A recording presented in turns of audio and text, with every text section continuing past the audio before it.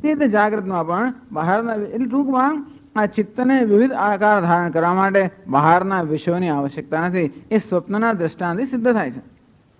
સ્વપ્નના દ્રષ્ટાંતથી સિદ્ધ થાય છે કે ચિત્તમાં વિવિધ આકાર ઉત્પન્ન થવા માટે બહારના વિષયોની આવશ્યકતા નથી. કારણ કે સ્વપ્નમાં કોઈ બહારના વિષયો નથી અને છતાં પણ ચિત્તના આ વિવિધ આકારો હોય છે. અને તો વિષયો પણ નથી તો કદાચ વિષયનો આભાસ છે તો સ્વપ્નમાં વિષયનો આભાસ પણ નથી. માત્ર ચિત્ત કે વિજ્ઞાન સિવાય કંઈ જ નથી. વિષયો પણ નથી, વિષયનો આભાસ પણ નથી. અને તો જેવી રીતે સ્વપ્નની અંદર ચિત્ત વિષયનો પણ સ્પર્શ કરતો નથી કે વિષયના આભાસનો પણ સ્પર્શ નથી કરતું અને છતાં પણ આ ચિત્તની વિવિધતા ત્યાં છે. તે જ રીતે જાગ્રતની અંદર પણ કોઈ વિષયો પણ નથી, વિષયનો આભાસ પણ નથી. માત્ર એક ચિત્ત કે વિજ્ઞાન કે સ્ફુરણ સિવાય બીજું કાંઈ જ નથી. અભૂતો હિ યતશ્ચાર્થ યત કારણ કે અભૂતો હિ પરમાર્થ વિજ્ઞાન વ્યતિરેકેણ અસદરૂપ કારણ કે ખરેખર તો વિજ્ઞાનથી અન્ય કોઈ પ્રકારનો વિષય છે જ નહીં. અભૂતો હિ જાગૃતે બી સ્વપ્નાર્થવદેવ બાહ્ય શબ્દાદિ અર્થ યત કારણ કે જેમ સ્વપ્નમાં બહારનો કોઈ વિષય નથી, ચિત્ત સિવાય બીજું કાંઈ નથી, તેમ જાગૃતમાં પણ કોઈ બહારનો વિષય નથી. દ્રષ્ટાંત છે સ્વપ્ન. એ બધી જાગૃતની પણ વ્યવસ્થા એ લોકો વ્યવસ્થા પણ બતાવે છે. અભૂતો હેતશ્ચાર્થ નાર્થાભાસ તતઃ પૃથક ના બી અર્થાભાસ ચિત્તત્વાત પૃથક અંતેથી અર્થનો કોઈ આભાસ પણ નથી. એને કહે શંકરાચાર્યજી ચિત્તમેવ હિ ઘટાદિ અર્થવત અવભાસતે.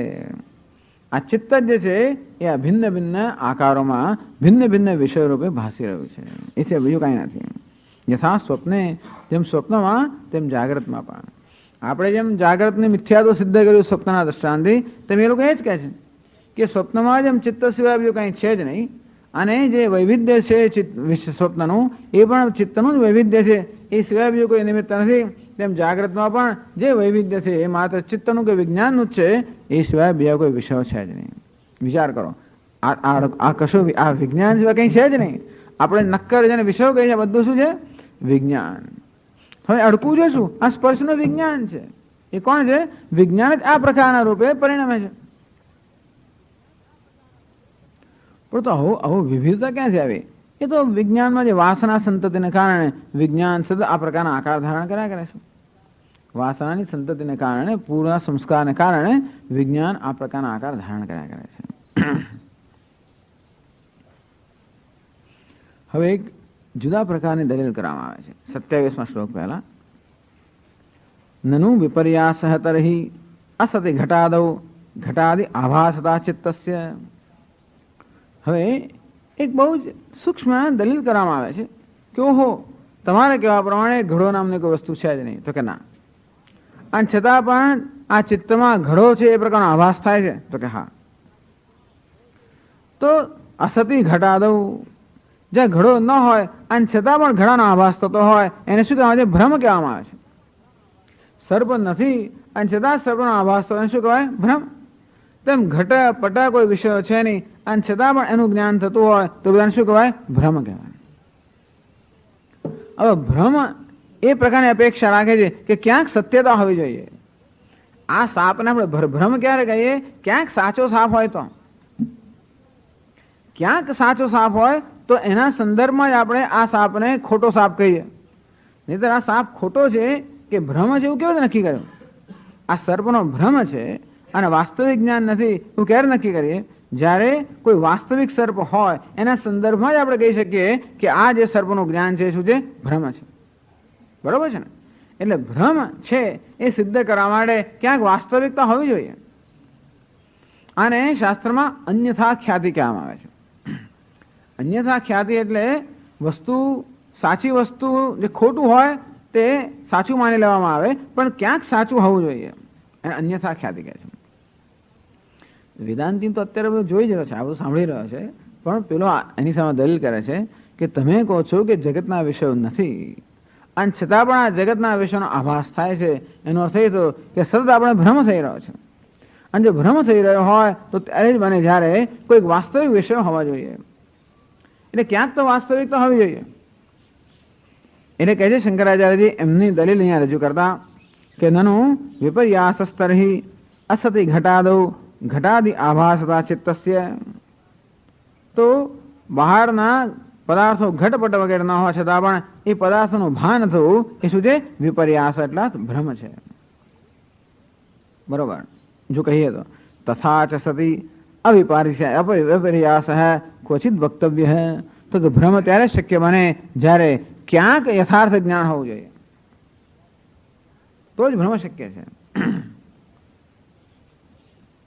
ઇતિ અંતેથી તમે એમને કહો, તમે એમ કહો છો કે આ જગતનો આ બધો આભાસ ભ્રમ છે, તો કોઈ જગ્યાએ સાચું જગત હોવું જોઈએ. એ ક્યાં છે? તમે અમને કહો. ક્યાંક એ સાચું જગત કહે તો ખલાસ થઈ ગયું. સાચી ભ્રમ એમનામાં વિજ્ઞાન સિવાય કશું સાચું હોય જ નહીં. અંતેથી આ બધા વિષયોનો આભાસ ભ્રમ હોય તો સાચું ક્યાં છે? અત્ર ઉચ્યતે. અને તેથી વિજ્ઞાનવાદી આ પ્રશ્ન ઉત્તર આપે છે. આ તો બધા એકબીજાને બાસ ભીડતા હોય છે, એટલે કોઈ એમને સ્વીકાર ના લે. એટલે પેલો કહે સારું, આ બધો ભ્રમ હોય તો ક્યાં વાસ્તવિકતા છે બતાવો. અત્ર ઉચ્યતે. 27 શ્લોકમાં ઉત્તર આપે છે. નિમિત્તમ ન સદા ચિત્તમ સંસ્પૃશતિ અધ્વસુ ત્રિષુ. એ કહે છે કે ત્રિષુ અધ્વસુ, ત્રણેય કાળની અંદર આ ચિત્ત ક્યારે પણ કોઈ વિષયને સ્પર્શતું નથી. અર્થાત આ ચિત્ત કોઈ સાચા વિષયને સ્પર્શ્યું નથી, કે સ્પર્શતું નથી, કે સ્પર્શશે નહીં. ટૂંકમાં કોઈ પણ કાળમાં ક્યારે પણ સાચો વિષય હતો નહીં, છે નહીં અને હશે પણ નહીં. નિમિત્તમ વિષયમ અતીત અનાગત વર્તમાન અધ્વસુ ત્રિષુ અપી સદા ચિત્તમ ન સંસ્પૃશેદ એવ. આ ચિત્ત ક્યારે પણ કોઈ સાચા વિષયને એને ક્યારે સ્પર્શ કર્યો જ નથી. હવે એવું છે ને કે કોઈક દિવસ મેં સાચો સાપ જોયો હોય તો જ એના સંદર્ભમાં આપણે કહી શકીએ કે આ સર્પનો જે ભાન છે ભ્રમ છે. કોઈ સાચો સાપ જોયો જ ના હોય તો, અને તો મને સાપ દેખાય, ધારો કે તો એને ભ્રમ ના કહેવાય. સાચો સાપ જોયો હોય અને સાપ દેખાય તો જ એને ભ્રમ કહેવાય. પેલો કે ભાઈ તું જે સાપ જોયો તે પહેલા સાપ જોયો તો એ પણ જાદુગરનો સાપ હતો, હવે જે સાપ જોયે છે એ પણ આ રજ્જુ પરનો સાપ છે. સાચો સાપ કદાચ જોયો જ નથી. અને માટે ભ્રમ ક્યારે કહેવાય? ક્યારેક જો સાચી વસ્તુના દર્શન થયા હોય તો જ એના સંદર્ભમાં આ ભાનને આપણે ભ્રમ કહી શકીએ. પણ અમે તો કહીએ છીએ કે આ ચિત્ત કે વિજ્ઞાન છે, ત્રણેય કાળની અંદર ક્યારેય પણ કોઈ વાસ્તવિક વિષયને સ્પર્શ્યું જ નથી. ત્રિષુ અપી અધ્વસુ યદિ ક્વચિત સંસ્પૃશેત સોપી સો અવિપર્યાસ પરમાર્થતઃ ઇતિ.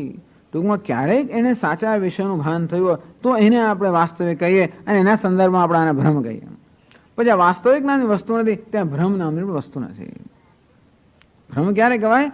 વાસ્તવિકતાના સંદર્ભમાં. પણ ક્યારેય આ ચિત્તને વાસ્તવિક વિષયનો સ્પર્શ થયો જ નથી, અને માટે આ પ્રકારના આભાસને ભ્રમ ન કહેવાય કે ક્યારેય વાસ્તવિકતા જેવી વસ્તુ હતી જ નહીં. અતઃ તદપેક્ષયા અસતિ ઘટે ઘટાભાસતા વિપર્યાસ સ્યાત. જો ક્યાંક સાચો ઘડો હોય અને તો ઘડો ન હોય ને મને ઘડાનું જ્ઞાન થાય તો આપણે ભ્રમ કહીએ. પણ ક્યાંય સાચો ઘડો ના જોઈએ તો આ ઘડાના જ્ઞાનને ભ્રમ ના કહેવાય. નતુ દસ્તી ક્વચિદપી ચિત્તસ્ય અર્થ સંસ્પર્શનમ. એટલે ક્યારે પણ ચિત્તએ કોઈ સાચા કે વાસ્તવિક વિષયને સ્પર્શ કર્યો હોય એવું હતું નહીં, છે નહીં અને હશે નહીં.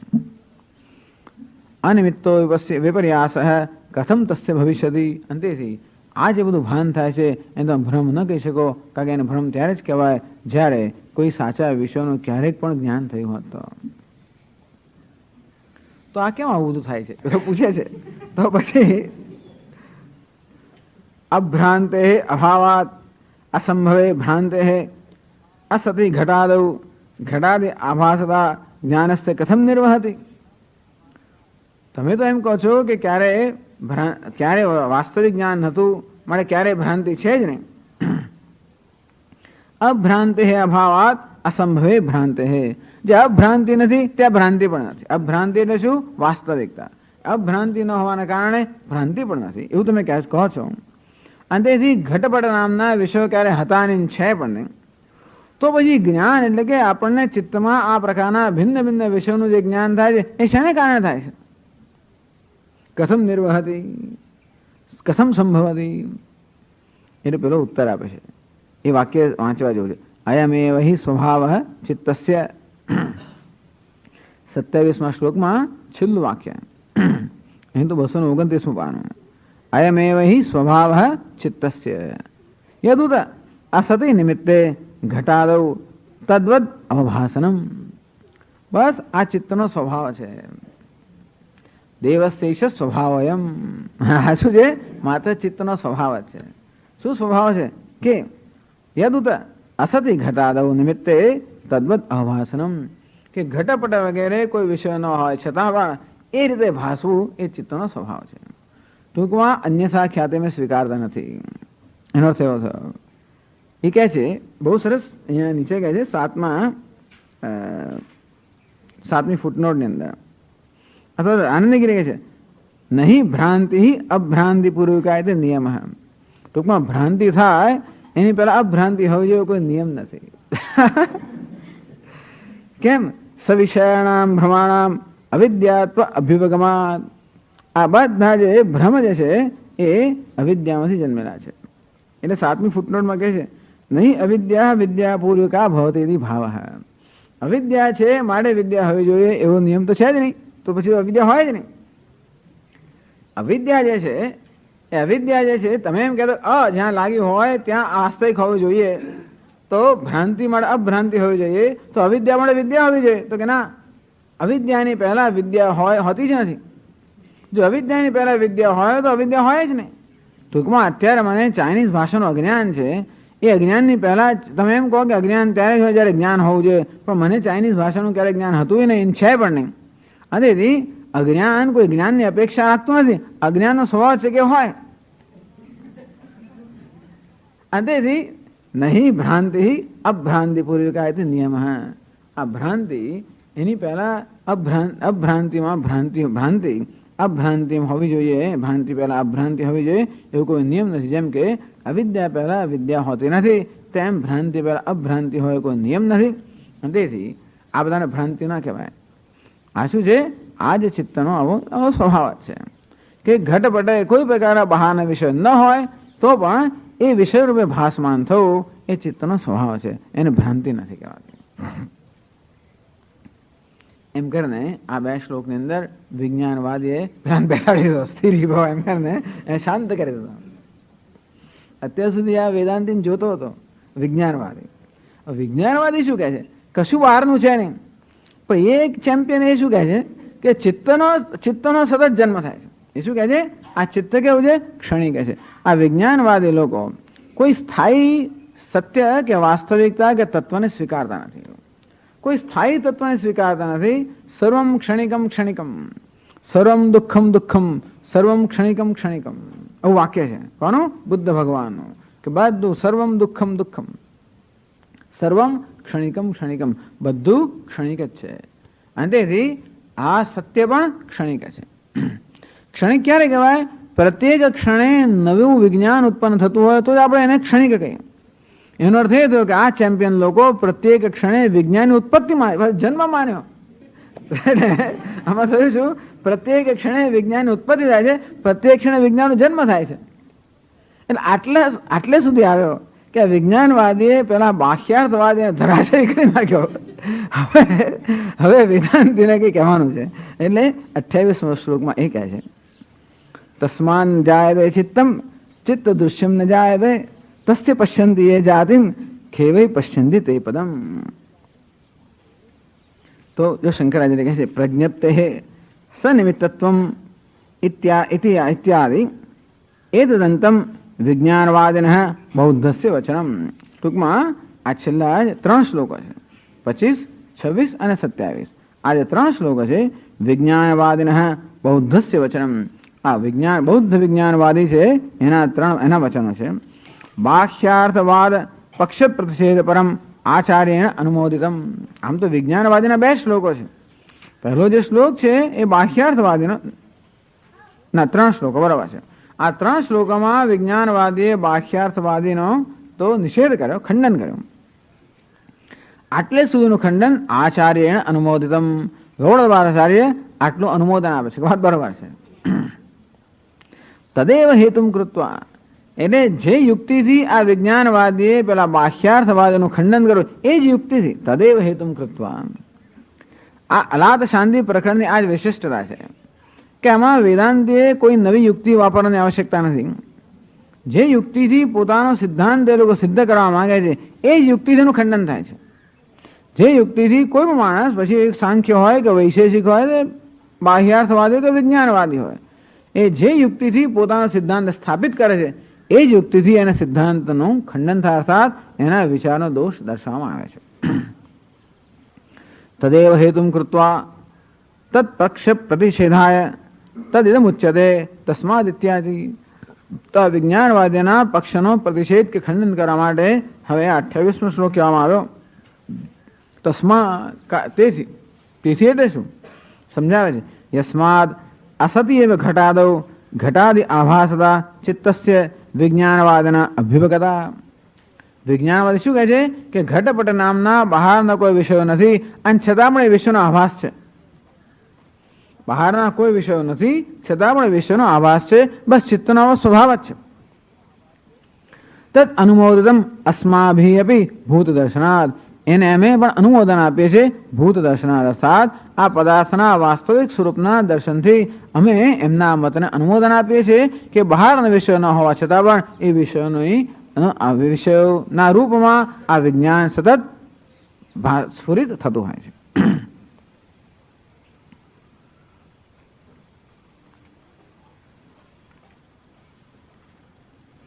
તો પછી હવે આપણે શું કહેવાનું છે કે છે તસ્માત ન જાયતે ચિત્તમ તસ્માત તસ્યાભિ ચિત્તસ્ય જાયમાન અવભાસતા અસદેવ જન્મની યુક્ત. હવે તમે એ લોકો શું કહે છે પણ ચિત્ત તો સતત બદલાયા કરે છે. જગતના વિષયો નથી છતાં પણ ચિત્તમાં એમાં સ્ફુરણ થાય છે, પણ ચિત્ત સતત બદલાયા કરે છે.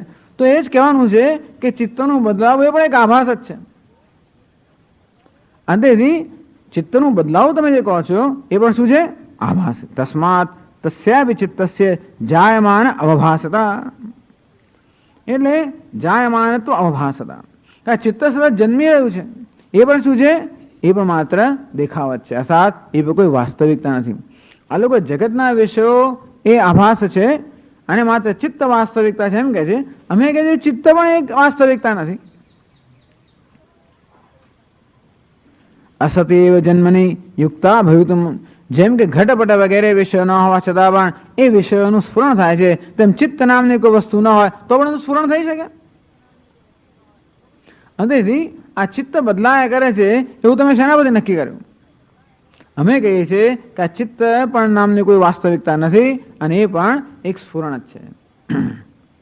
અતઃ ન જાયતે ચિત્તમ. અંતેથી ચિત્તનો જન્મ થાય છે એ તમે કહો છો એ પણ એ રીતે જ એનો નિષેધ થાય છે. જે બહારના વિષયનો જન્મ થાય છે તમે નિષેધ કર્યું કે આ ચિત્તનો જ જન્મ થયા કરે છે.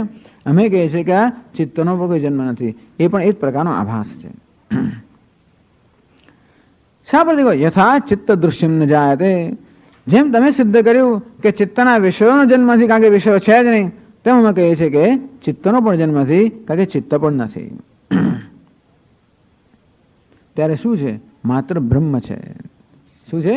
માત્ર બ્રહ્મ, અર્થાત સ્થાયી વિજ્ઞાન. બ્રહ્મ એટલે કેવું વિજ્ઞાન? નિત્ય વિજ્ઞાન, ક્ષણિક વિજ્ઞાન નહીં. ચિત્ત ये જાતિમ પશ્યંતી ખેવે પશ્યંતી તે પદમ. અને છતાં જે લોકો એ પ્રકારનો આગ્રહ રાખે છે કે આ ચિત્તનો સતત જન્મ થયા કરે છે પ્રત્યેક ક્ષણે, એ લોકો એનો આગ્રહ કેવા પ્રકારનો છે? અથવા ચિત્તના પ્રત્યેક ક્ષણે દર્શન કરનારા લોકો કેવું દર્શન કરે છે? ખેવે પશ્યંતી તે પદમ. જેમ પક્ષીઓ આકાશમાં ઉડતા હોય અને હા આ પક્ષીના આકાશની અંદર પગલાના દર્શન કરનારા. તમે લોકો કેવા છો? આકાશમાં ઉડતા પક્ષીના પગલાના દર્શન કરનારા છો. અર્થાત જે વસ્તુમાં ક્યારે દર્શન ન થઈ શકે એના દર્શન કરનાર તમે છો. આમ ચિત્તની ક્ષણિકતા જે ક્યારે દર્શન વિશે ન બને એના દર્શન કરનાર તમે. પેલા બિચારા બાહ્યાર્થવાદી ધરાશયી કર્યો બરાબર છે, પણ તમારો સિદ્ધાંત એનાથી કે બહુ લાંબો ચઢિયાતો નથી, કારણ કે આ ચિત્ત જે છે એની ક્ષણિકતાનો નિર્ણય કરવા માટે પણ તમારી પાસે કોઈ સાધન નથી. એ પણ શું છે? માત્ર દેખાવ છે. ચિત્ત નામની પણ કોઈ વસ્તુ છે નહીં જેનો જન્મ થતો હોય. એટલે શંકરાચાર્ય કહે છે વિજ્ઞાનવાદિન ક્ષણિકત્વ, દુઃખિત્વ, શૂન્યત્વ, અનાત્મત્વાદિ ચ તેનૈવ ચિત્તેન ચિત્ત સ્વરૂપ તો એ પણ નથી. તમે લોકો કહો છો કે ક્ષણિકત્વ છે, દુઃખિત્વ છે, શૂન્યત્વ છે, અનાત્મા છે, આ બધી વસ્તુઓમાં કશું ખરેખર છે જ નહીં. અને વસ્તુ તો એ છે કે આ ચિત્ત ક્ષણિક છે એનો નિર્ણય તમે શાથી કર્યો?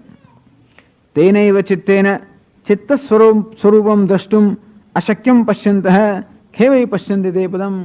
એ જ ચિત્ત વડે તમે ચિત્તની ક્ષણિકતા નક્કી કરો છો. ચિત્તની ક્ષણિકતા નક્કી કરવા માટે તમારી પાસે કયું સાધન છે? તો કે ચિત્ત. તો ચિત્ત વડે ક્યારે પણ ચિત્તના સ્વરૂપનો નિર્ણય થાય. કોઈ પણ વિષયના સ્વરૂપનો નિર્ણય કરવા માટે પ્રમાણ હોવું જોઈએ, જે વિષય કરતા ભિન્ન હોવું જોઈએ. અને આ ચિત્ત ક્ષણિક છે એનો નિર્ણય તમે શાથી કરો? ચિત્તથી કરો.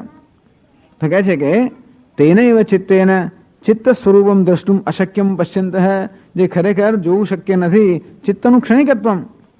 કારણ કે ચિત્તનું ક્ષણિકત્વ ત્યારે જ નક્કી થઈ શકે જ્યારે કોઈ ક્ષણિક ન હોય એ પ્રકારનો, જ્યારે ફ્રેમ ઓફ રેફરન્સ એવો સંદર્ભ હોય તો જ ક્ષણિકતા નક્કી થાય. આમ સરળ દલીલ એ છે કે કોઈ પણ પ્રકારનું પરિવર્તન એનો આપણે નિર્ણય ત્યારે જ કરી શકીએ જ્યારે પરિવર્તન રહિત કોઈ આપણી પાસે સંદર્ભ હોય ત્યારે. આમ ગાડી એક સ્થળેથી બીજા સ્થળે ગઈ એવું ત્યારે જ કહેવાય જ્યારે કોઈ ન જનારો એનો દ્રષ્ટા હોય ત્યારે, કે પ્લેટફોર્મ પર ઉભેલો જો કોઈ ન જનારો કે અચલ કોઈ દ્રષ્ટા હોય તો જેવી રીતે આ ટ્રેનની ગતિનો આપણે નિર્ણય કરી શકીએ. પણ બીજી ટ્રેનમાં આપણે બેઠા હોઈએ એની જ ઝડપે ચાલતી હોય તો ક્યારે પેલી ટ્રેનનો નિર્ણય, ગતિનો નિર્ણય ન થઈ શકે. પણ એક ટ્રેન ચાલે છે એવું ત્યારે જ કહી શકીએ જ્યારે આપણે ન ચાલતા હોઈએ. અર્થાત જે દ્રષ્ટા કે સાક્ષી છે એ જ્યારે ચલાયમાન ન હોય, એ જ્યારે ક્ષણિક ન હોય તો જ આપણા ચિત્તની ક્ષણિકતાનો નિર્ણય થઈ શકે. પણ ચિત્તની ક્ષણિકતાનો નિર્ણય ચિત્તથી ના થાય. આપણો કહેવાનો ભાવ અર્થ એ છે કે ચિત્ત ક્ષણિક છે એવું તમે જાણ્યું કેવી રીતે? એનો પણ કોઈ દ્રષ્ટા હોવો જોઈએ જે પોતે ક્ષણિક ન હોવો જોઈએ. નહીતર ચિત્તની ક્ષણિકતાનો નિર્ણય કેમ થઈ શકે? ચિત્તની ક્ષણિક ચિત્ત કે ક્ષણિક વિજ્ઞાન એ જ અંતિમ સત્યતા હોય તો એ ક્ષણિક વિજ્ઞાન ક્યારે પોતાની ક્ષણિકતાનો નિર્ણય ન કરી શકે? તું પોતે ક્ષણિક હોવ તો તું પોતાની ક્ષણિકતાનો નિર્ણય કેમ કરી શકે? કારણ કે પ્રત્યેક ક્ષણે બદલાયા કરતો હોય એટલે દ્રષ્ટા અને દૃશ્ય જ્યાં સુધી ભિન્ન, જો જુદા ન હોય ત્યાં સુધી એ સાક્ષી વગર કોઈ વસ્તુનો સિદ્ધ જ ના થાય. કોઈ વસ્તુનું અસ્તિત્વ સાક્ષી વગર સિદ્ધ ના થાય. આ વસ્તુ છે એવું ક્યારે સિદ્ધ થાય? એનો કોઈ સાક્ષી હોય ત્યારે. આ ફૂલ છે ક્યારે નક્કી થાય? એનો સાક્ષી હોય ત્યારે. પણ સ્વામી જ્યારે કોઈ જોઈ જ ના હોય તો એનું અસ્તિત્વ નક્કી જ ના થાય. પણ એમ તો દુનિયાને પેલે પાર કેટલી વસ્તુઓ છે આપણે જોઈ નથી એટલે કે નથી હોવું જોઈએ? નથી. જ્યાં સુધી ન જોયું ત્યાં સુધી કશું છે જ નહીં. કોઈ વસ્તુ છે એવું ક્યારે નક્કી થાય? સાક્ષી હોય ત્યારે. સાક્ષી વગર કોઈ વસ્તુનું અસ્તિત્વ નક્કી ન થાય. તેવી જ રીતે આ ચિત્ત ક્ષણિક છે એવું ક્યારે નક્કી થાય? એ ક્ષણિક ચિત્તનો કોઈ સાક્ષી હોય ત્યારે. એ ચિત્ત પોતે પોતાનું સાક્ષી હોય એવું તો બની જ ના શકે. કારણ કે પોતાનું સાક્ષી હોવા માટે એનામાં જ્ઞાનની કર્તૃતા જોઈએ અને એ ચિત્ત પોતે જ્ઞાનનો વિષય એટલે જ્ઞાનનું કર્મત્વ જોઈએ. એક જ ચિત્તમાં કર્તૃ અને કર્મ એ પ્રકારનો ભેદ ન હોઈ શકે. અને તેથી ચિત્તની ક્ષણિકતાનો તમે નિર્ણય જે કર્યો, ચિત્તથી જ ચિત્તની ક્ષણિકતાનો નિર્ણય કરનારા તમે લોકો પેલાથી ચઢિયાતા છો. પેલા લોકો તો બહારના વિષયનો નિર્ણય કર્યો ચિત્તની મદદથી, પણ તમે ચિત્તની ક્ષણિકતાનો નિર્ણય ચિત્તથી કરનારા છો. અર્થાત જેનો નિર્ણય કરવો અશક્ય છે, જેનું દર્શન કરવું અશક્ય છે, એનું દર્શન તમે કરનારા છો અથવા એવું ક્લેમ કરો છો. ટૂંકમાં ચિત્તની ક્ષણિકતાનું દર્શન કરવાનો દાવો કરનારા તમે, એ તમારો દાવો કોના જેવો છે? હો આકાશમાં મેં પક્ષીના પગલા જોયા, એવું કોઈ દાવો કરનારો હોય એ પ્રકારનો દાવો કરનારા છો. દર્શન અનર્હ દ્રષ્ટૃત્વ અભિમાનિત્વાદ. જે દર્શન યોગ્ય વસ્તુ નથી એનું દર્શન તમે કરનારા છો. અંતેથી અતઃ ઇતરેભ્યોપી દ્વૈતભ્ય અત્યંત સાહસિકા ઇત્યર્થ. ટૂંકમાં ક્ષણિક વિજ્ઞાની લોકો છે એ બીજા દ્વૈતીન કરતા પણ વધારે સાહસિક લોકો છે, એટલે મૂર્ખ લોકો છે. બીજા દ્વૈતીન લોકો દ્વૈતનો નિર્ણય પોતાના ચિત્તથી કરનારા હોય છે. એટલે એ લોકો બીજું કંઈ નહીં તો આ દૃશ્યનો નિર્ણય કરવા માટે કોઈ સાક્ષીનો સ્વીકાર કરે છે. તમે લોકો સાક્ષી વગર ચિત્તની ક્ષણિકતાનો નિર્ણય કરનારા છો, જેનો નિર્ણય થઈ જ ના શકે. અને માટે જે દર્શન યોગ્ય વસ્તુ નથી એનું દર્શન કરનાર તમે આકાશમાં પક્ષીના પગલાનો નિર્ણય કરનાર જેવા છો. માટે પેલા કરતા વધારે સાહસિક છો. ये भी शून्यवादिनः એનાથી ચઢિયાતા ચેમ્પિયન લોકો, એ બી શૂન્યવાદી હતા. એનાથી ચઢિયાતા લોકો કોણ કહે છે? ક્ષણિક વિજ્ઞાન આ બંને ક્ષણ વચ્ચે શું શૂન્ય છે, આના માટે જીવનનું તત્વ કેવું છે? શૂન્ય છે. ક્ષણિક વિજ્ઞાનીઓ એમ કહે છે કે આ જગતની વાસ્તવિકતા કેવી છે? ક્ષણિક છે. શૂન્યવાદી શું કહે છે? જગતની વાસ્તવિકતા શૂન્ય છે. આ પ્રત્યેક ક્ષણ શેમાંથી ઉત્પન્ન થાય છે? આ પ્રત્યેક ક્ષણ ઉત્પન્ન થાય છે અને લીન થાય છે. ઉત્પન્ન થાય છે, લીન થાય શેમાં? શૂન્યમાંથી ઉત્પન્ન થાય છે, શૂન્યમાં લીન થાય છે. અને માટે આ બધી વસ્તુઓ છેવટે ક્યાં જઈને પર્યવસિત થાય છે? શૂન્યમાં. અને તેથી એ બી શૂન્યવાદીને પશ્યંત એવ સર્વ શૂન્યતા. જે લોકો શું કહે છે? શૂન્યવાદી શું કહે છે? અમને શૂન્યનું જ્ઞાન છે. સર્વ શૂન્યતા પશ્યંત. આ બધી વસ્તુની શૂન્યતાના દર્શન કરનાર શૂન્યવાદીઓ છે. સ્વદર્શનસ્યાપી શૂન્યતા પ્રતિજાનતે. એમ કરીને તમારા દર્શનની પણ શૂન્યતાની પ્રતિજ્ઞા તમે કરી. સ્વદર્શનસ્યાપી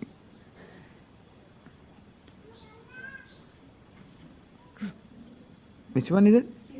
Number 6, right. સ્વશાસ્ત્રસ્યાપી શૂન્યતામ પ્રતિજાનતે. એ તો આને છાપવાનું એવું છે, બીજું કંઈ દેખાય ન તો એવું નથી વસ્તુ કંઈ. સ્વદર્શનસ્યાપી શૂન્યતામ પ્રતિજાનતે. ટૂંકમાં તમે લોકો જ્યારે એવી પ્રતિજ્ઞા કરો છો કે આ બધું શૂન્ય છે, એમ કરીને તમારા શાસ્ત્રની શૂન્યતા પણ તમે પ્રતિજ્ઞાની કરી નાખી. અને તમારી જે દર્શન છે, ફિલોસોફી, એની શૂન્યતાની પણ પ્રતિજ્ઞા કરી. તે તત્વો બી સાહસિક તરહ. તમે તો પેલા વિજ્ઞાનવાદી કરતા વધારે સાહસિક છો. ખમ મુષ્ટિના બી જગૃક્ષંતી. પેલા ખેવઈ પશ્યંતી તે બધા. પેલા તો માત્ર આકાશમાં પક્ષીના પગલા જુએ છે, તમે લોકો તો મુઠ્ઠીમાં આકાશને ગ્રહણ કરનારા છો. એનાથી વધારે ચડિયાત ચેમ્પિયન છો. નિસ્વરૂપ શાસ્ત્રાદિના નિસ્વરૂપ સાધકા. તમે આ જગતનું કોઈ નિસ્વરૂપ જગત છે, અર્થાત શૂન્ય જે આ તત્વ છે, નિસ્વરૂપ છે, શૂન્ય છે, એનું કોઈ સ્વરૂપ નથી, એનો નિર્ણય તમે શાથી કર્યો? શાસ્ત્રથી. એ પણ શૂન્ય જ છે. આમ શૂન્ય શાસ્ત્રથી શૂન્યતાનો નિર્ણય કરનારા તમે, જે દર્શન યોગ્ય વસ્તુ નથી દર્શન કરનારા પેલા તો સાહસિક લોકો છે જ, પણ શાસ્ત્ર શૂન્ય શાસ્ત્રથી શૂન્યતાનો નિર્ણય કરનારા તમે એથી પણ વધારે સાહસિક છે. અને તેથી અત્યાર સુધી વિજ્ઞાનવાદીએ પેલાનું જે ખંડન કર્યું એનું અનુમોદન આપીને એ જ યુક્તિ કે જેવી રીતે બહારના વિષય ન હોવા છતાં પણ એ ચિત્તમાં એનું સ્ફુરણ થતું હોય છે, અને તે રીતે આ ક્ષણિક ચિત્ત ન હોવા છતાં પણ એનું સ્ફુરણ થઈ શકે. એક પગલું આગળ જવાની જરૂર છે. અટકી શું કામ જાઓ છો? અટકી જવાની જરૂર નથી. આ ચિત્ત પણ જે તમે ક્ષણિકતા છે, એ ચિત્તની ક્ષણિકતા શું છે? એ પણ સ્ફુરણ જ છે. અને માટે અંતિમ સત્ય કેવું છે? સ્ફુરણ. કેવું સ્ફુરણ? અક્ષણિક અર્થાત નિત્ય કે સ્થાયી કૂટસ્થ નિત્ય જે સ્ફુરણ છે એ અંતિમ સત્ય છે. એનું નામ જ બ્રહ્મ.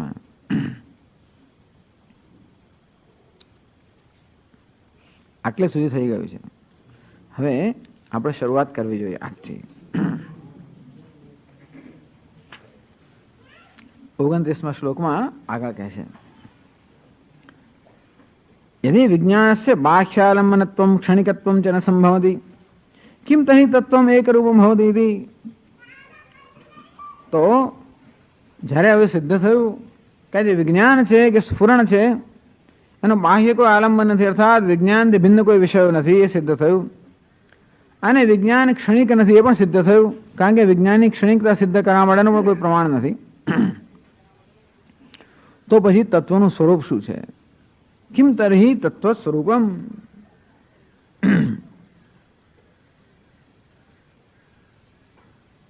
એ વળી પાછું શું છે? 14. અબાધિત વસ્તુ કિમ ભવતી. તો પછી તમારે કહેવા પ્રમાણે અબાધિત જે તત્વ છે એનું શું સ્વરૂપ છે? તો હવે એનો ઉત્તર આપવામાં આવે છે અજાતમ 29મા શ્લોકમાં. એ પહેલા શંકરાચાર્ય કહે છે, આ પાછા આનંદગીરી બે પ્રકારની ટીકા લખે છે. એક તો શ્લોકની સ્વતંત્ર ટીકા લખે છે અને વળી ભાષ્યની ટીકા લખે છે. અને ચાલો એટલે શ્લોક વાંચીએ આપણે અજાતમ. અજાતમ જાયતે યસ્માદ અજાતિઃ પ્રકૃતિસ્તતઃ પ્રકૃતેરન્યથા ભાવઃ ન न कथंचित् भविष्यति।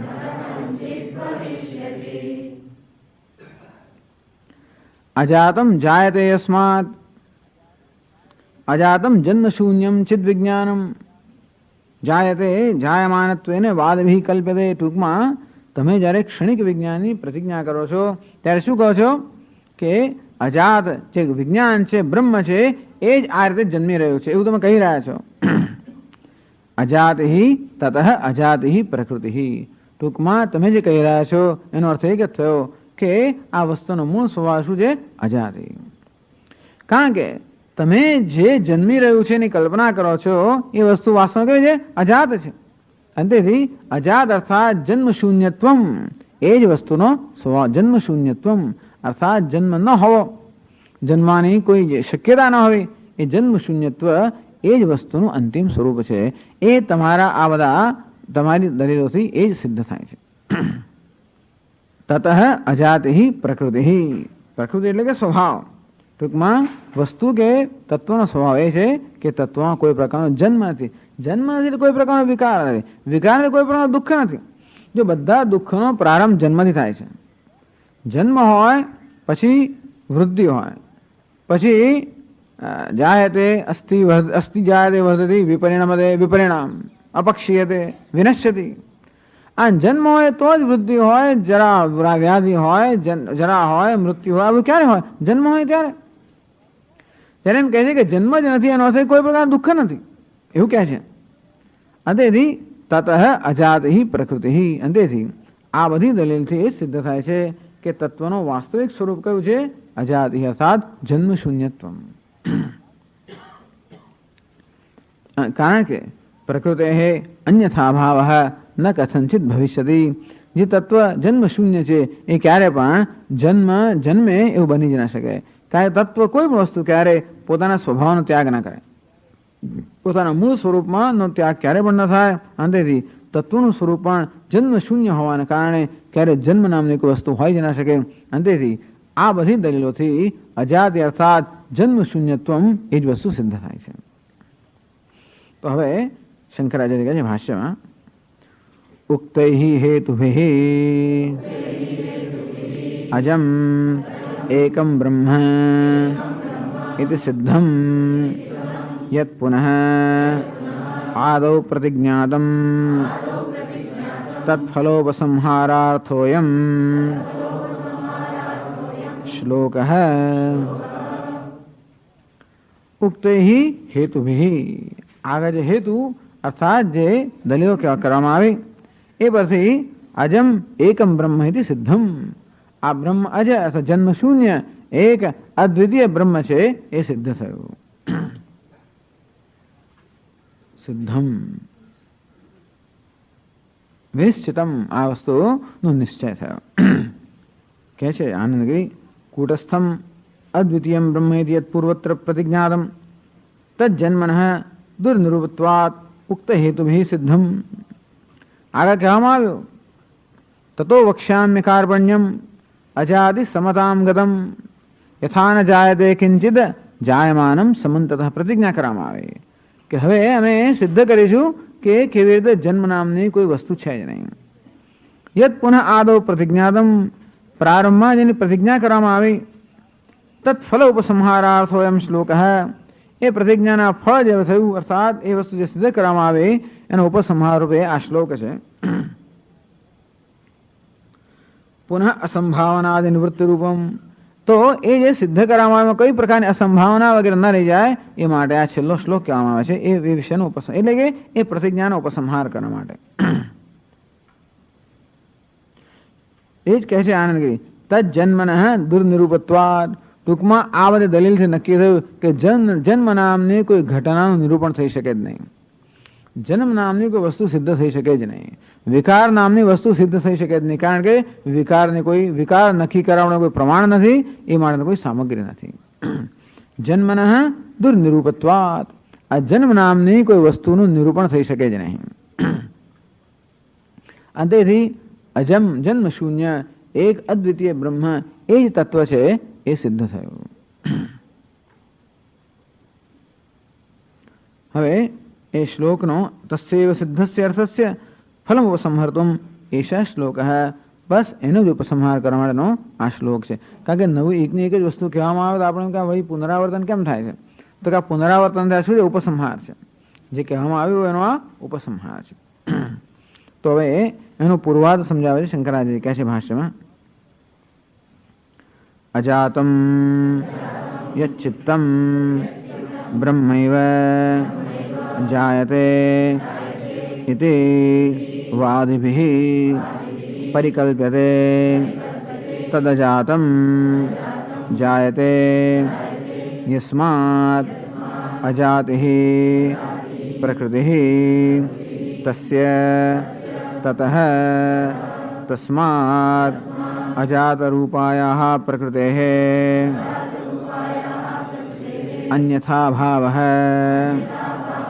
જન્મ ન કથંચિત ભવિષ્યતિ. અજાતમ યત ચિત્તમ, ટૂંકમાં જેને આ વિજ્ઞાનવાદી લોકો ચિત્ત કહે છે એ વાસ્તવમાં શું? એ બ્રહ્મ છે.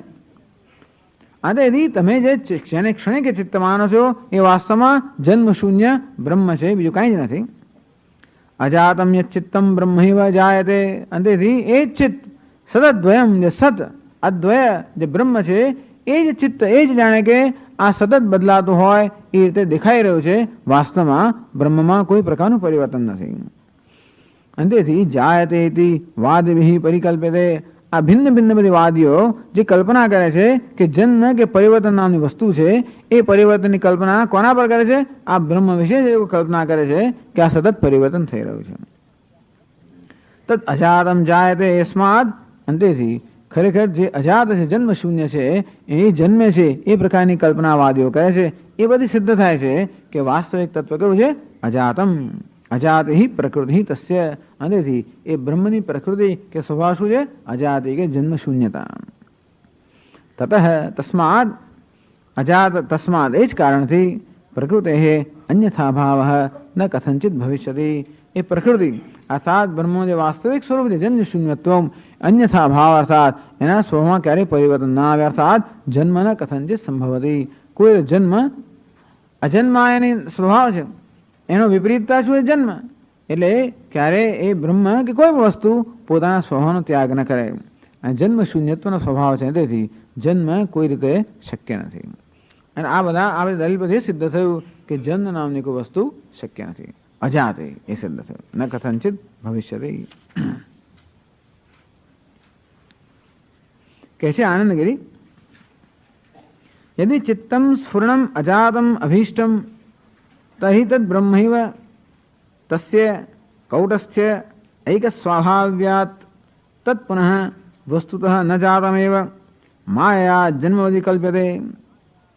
यदि चित्तम स्फुरणम अजातम अभीष्टम, जो એટલે વેદાંતના કહેવા પ્રમાણે ચિત્ત કે સ્ફુરણ કે વિજ્ઞાન કે ચૈતન્ય કે બ્રહ્મ એ અજાતિ છે, જન્મ શૂન્ય છે. તો પછી તર્હિ તદ બ્રહ્મૈવ તસ્ય કૌટસ્થ્ય ઐક્ય સ્વાભાવ્યાત, કારણ કે બ્રહ્મ કેવું છે? કૂટસ્થ છે, વિકાર શૂન્ય છે, એક રસ છે, એક સ્વભાવનું છે, ક્યારે પોતાનો સ્વભાવ ન બદલે કે ક્યારે પોતાના સ્વભાવનો પરિત્યાગ ન કરે. તત્પુનઃ વસ્તુતઃ ન જાતમેવ, તેથી ક્યારે પણ એ બ્રહ્મમાં વાસ્તવિક રીતે જન્મ કે પરિવર્તન શક્ય નથી. માયા જન્મવદી કલ્પ્યતે, અંતેથી છતાંય પણ આ વાદીઓ અનેક પ્રકારના જન્મની કલ્પના કરે છે. એને કારણે માયાને કારણે, આ માયાને કારણે જ આ વાદીઓ આ બ્રહ્મમાં અનેક પ્રકારના જન્મની કલ્પના કરે છે. ચેત તસ્ય અજાતિ એવ અજાતત્વાત પ્રકૃતિ ભવતી, અંતેથી આ બ્રહ્મનો વાસ્તવિક સ્વરૂપ શું? અજાતિ અર્થાત જન્મ શૂન્યત્વ. તસ્યાશ્ચેત અન્યથાત્વમ સ્વરૂપહાનિ આપતે, અને જેમ ક્યારેય કોઈ પદાર્થ પોતાની પ્રકૃતિનો ત્યાગ ન કરે, બ્રહ્મ પણ પોતાની પ્રકૃતિનો ત્યાગ ન કરે, અંતેથી જન્મ નામની કોઈ વસ્તુ નથી. બ્રહ્મ કેવું છે? અજાતિ સમતામ ગતમ. સમતામ એટલે નિર્વિશેષતામ. બ્રહ્મ નિર્વિશેષ, અજાતિ જન્મ શૂન્ય છે. એ બધું આ પ્રકારની દલીલોથી સિદ્ધ થયું. એનો નિશ્ચય કરવામાં આવે, એ વસ્તુ વિનિશ્ચિત થાય. ઓમ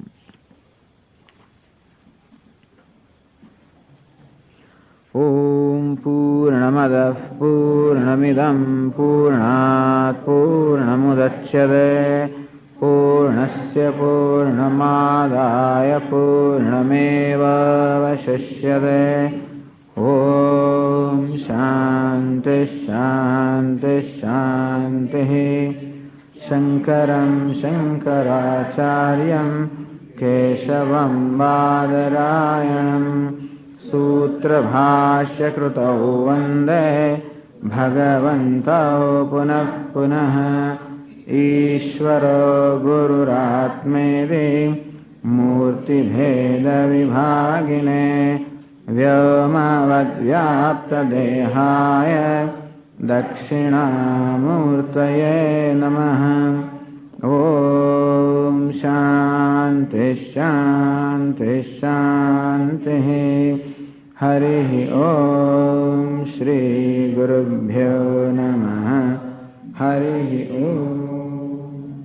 પ્રજ્ઞાનાં સુપ્રતાનૈ સ્થિરચરનિકરવ્યાપિર્વ્યાપ્ય લોકાન ભુક્ત્વા ભોગાન સ્થવિષ્ઠાન પુનરપિધિષણોત ભાસિતાન કામજન્યાન પીત્વા સર્વાન વિશેષાન સ્વપિતિ મધુરભુક્ માયયા ભજયન્નઃ. માયા સંખ્યાતુરીયં પરમમૃતમજં બ્રહ્મ યત્તન્નતસ્મૈ. ય વિશ્વાત્મા વિધિજ વિષયાન પ્રાશ્ય ભોગાન સ્થવિષ્ઠાન પશ્ચાચ્ચાન્યાન સ્વમતિર્ભવાન જ્યોતિષા સ્વેન સૂક્ષ્માન સર્વાનેતાન પુનરપિ શનૈઃ સ્વાત્મૈ સ્થાપયિત્વા हित्वा सर्वान् विशेषान् विगतगुणगणः त्वसौ न स्तुरीयः.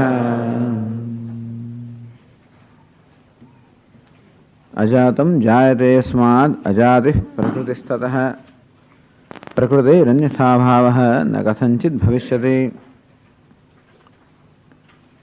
यस्माद् अजातं जायते इति वादिभिः परिकल्प्यते. अर्थात जे वादीओ जन्मनी कल्पना करे छे, क्षणिक विज्ञानीओ सुधीना બધા જ વાદીઓ, કારણ કે એ વિજ્ઞાન સતત જન્મેલું છે, પ્રકારની કલ્પના કરે છે. કારણ કે આ બધી જ કલ્પનાઓ જેના પર થઈ રહી છે એ બ્રહ્મ અજાત છે, અજાતિ છે. તસ્માદ અજાતિ તત્પ્રકૃતિ તતઃ તસ્માત. તેથી આ અજાતિ એ જ આ બ્રહ્મની પ્રકૃતિ છે, અર્થાત એનો સ્વભાવ છે, સ્વરૂપ છે. અને પ્રકૃતે અન્યથા ભાવ ન કથંચિત ભવિષ્યતિ. આ જન્મરાહિત્ય જે બ્રહ્મની પ્રકૃતિ સ્વભાવ છે એમાં અન્યથા ભાવ, એમાં કોઈ પ્રકારની પ્રચ્છુતિ કે પરિવર્તન ક્યારે પણ ના આવી શકે. અર્થાત જન્મ કોઈ વાસ્તવિક અર્થમાં ન સંભવી શકે. હવે 30મા શ્લોકથી આગળ ચર્ચા ચલાવે છે. કૂટસ્થમ તત્વમ તાત્વિકમ ઇત્યત્ર હેત્વંતરમાહ. જે કૂટસ્થ તત્વ છે, કૂટસ્થ અર્થાત નિર્વિકાર. કૂટ, કૂટ એટલે કે એરણ, એરણની જેમ જે નિર્વિકાર છે, એના પર અનેક બધા અલંકારો ઘડાતા હોય છતાં પણ એરણ જેમ નિર્વિકાર છે. કૂટ એટલે મોટો રાશિ, મોટો ઢગલો જે નિશ્ચલ હોય છે, જેમાં કોઈ પ્રકારનું ચલન હોતું નથી. આવું નિર્વિકાર નિશ્ચલ એ તત્વ છે, એ જ પારમાર્થિક તત્વ છે. અને એવું કહેવામાં આવે છે સર્વ ચલન હોવા છતાં પણ, સર્વ વિકારનો અનુભવ થતો હોવા છતાં પણ, સર્વ ચલનનો અનુભવ થતો હોવા છતાં પણ, એ બધો અનુભવ હોવા છતાં પણ કહે છે કે આ બધા ચલન, આ બધા વિકારનું મૂળ નિર્વિકાર છે. આ બધા ચલનનું મૂળ નિશ્ચલ છે. આ બધા જન્મનું મૂળ જન્મરાહિત્ય છે. એનો અર્થ એ થયો કે આ સર્વ ચલન, સર્વ વિકાર, સર્વ જન્મ, સર્વ ગતિ આ બધી કેવી છે? અધ્યારોપિત છે, અર્થાત કલ્પિત છે, વાસ્તવિક નથી. તાત્વિકમ કૂટસ્થમ તત્વમ તાત્વિકમ. તત્વ એટલે અનારોપિત. આરોપિત થાય ત્યારે જે સર્વ ચલન વિકાર વગેરેનો અનુભવ થતો હોય છે અનારોપિતમ. અને આરોપ પણ શેના થાય છે? આ મનના સ્પંદન એટલે જ આરોપ. તો સ્પંદન કરવા માટે કોઈક પ્રકારનું અધિષ્ઠાન જોઈએ. એ અધિષ્ઠાન કૂટસ્થ જે તત્વ છે એના પર જ મન અનેક પ્રકારના સ્પંદન કરીને આ વિકારનો, ચલનનો, ગતિનો, જન્મનો આરોપ કરે છે. એ બતાવવા માટે હેતુઅંતરમાં હવે બીજો હેતુ બતાવે છે 30મા શ્લોકની અંદર. અનાદેહેતિ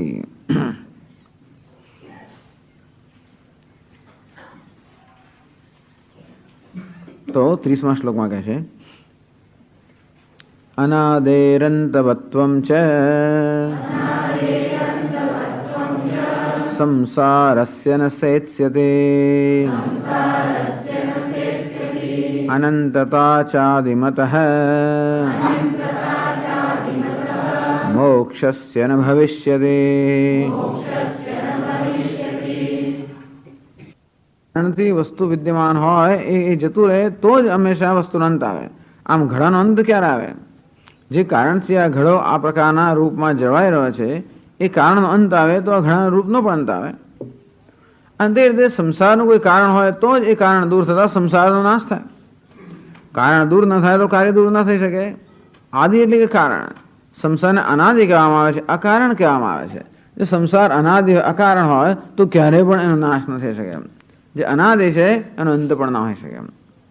સંસારસ્ય અંતવત્વમ ન સેત્સ્યતિ. તો તમે એમ કહેતા હો કે આ હેતુ ફલાત્મક સંસાર અનાદિ છે, તો પછી તમે જ જાહેર કરી રહ્યા છો કે એ સંસારનો ક્યારે અંત જ ના આવે, અર્થાત મોક્ષ નામની વસ્તુ સંભવી જ ના શકે. અનંતતા ચાદિમતઃ મોક્ષસ્ય ન ભવિષ્યતિ. અને તમે એમ કહેતા હો કે મોક્ષ પ્રાપ્ત થાય છે, મોક્ષ સિદ્ધ થાય છે, કંઈક કરવાથી મોક્ષ પ્રાપ્ત થાય છે. એનો થાય કે મોક્ષ કેવો બનો? આદિમાન. અર્થાત મોક્ષનો આદિ છે, પ્રારંભ છે. તો આદિમતઃ અનંતતા ન ભવિષ્યતિ.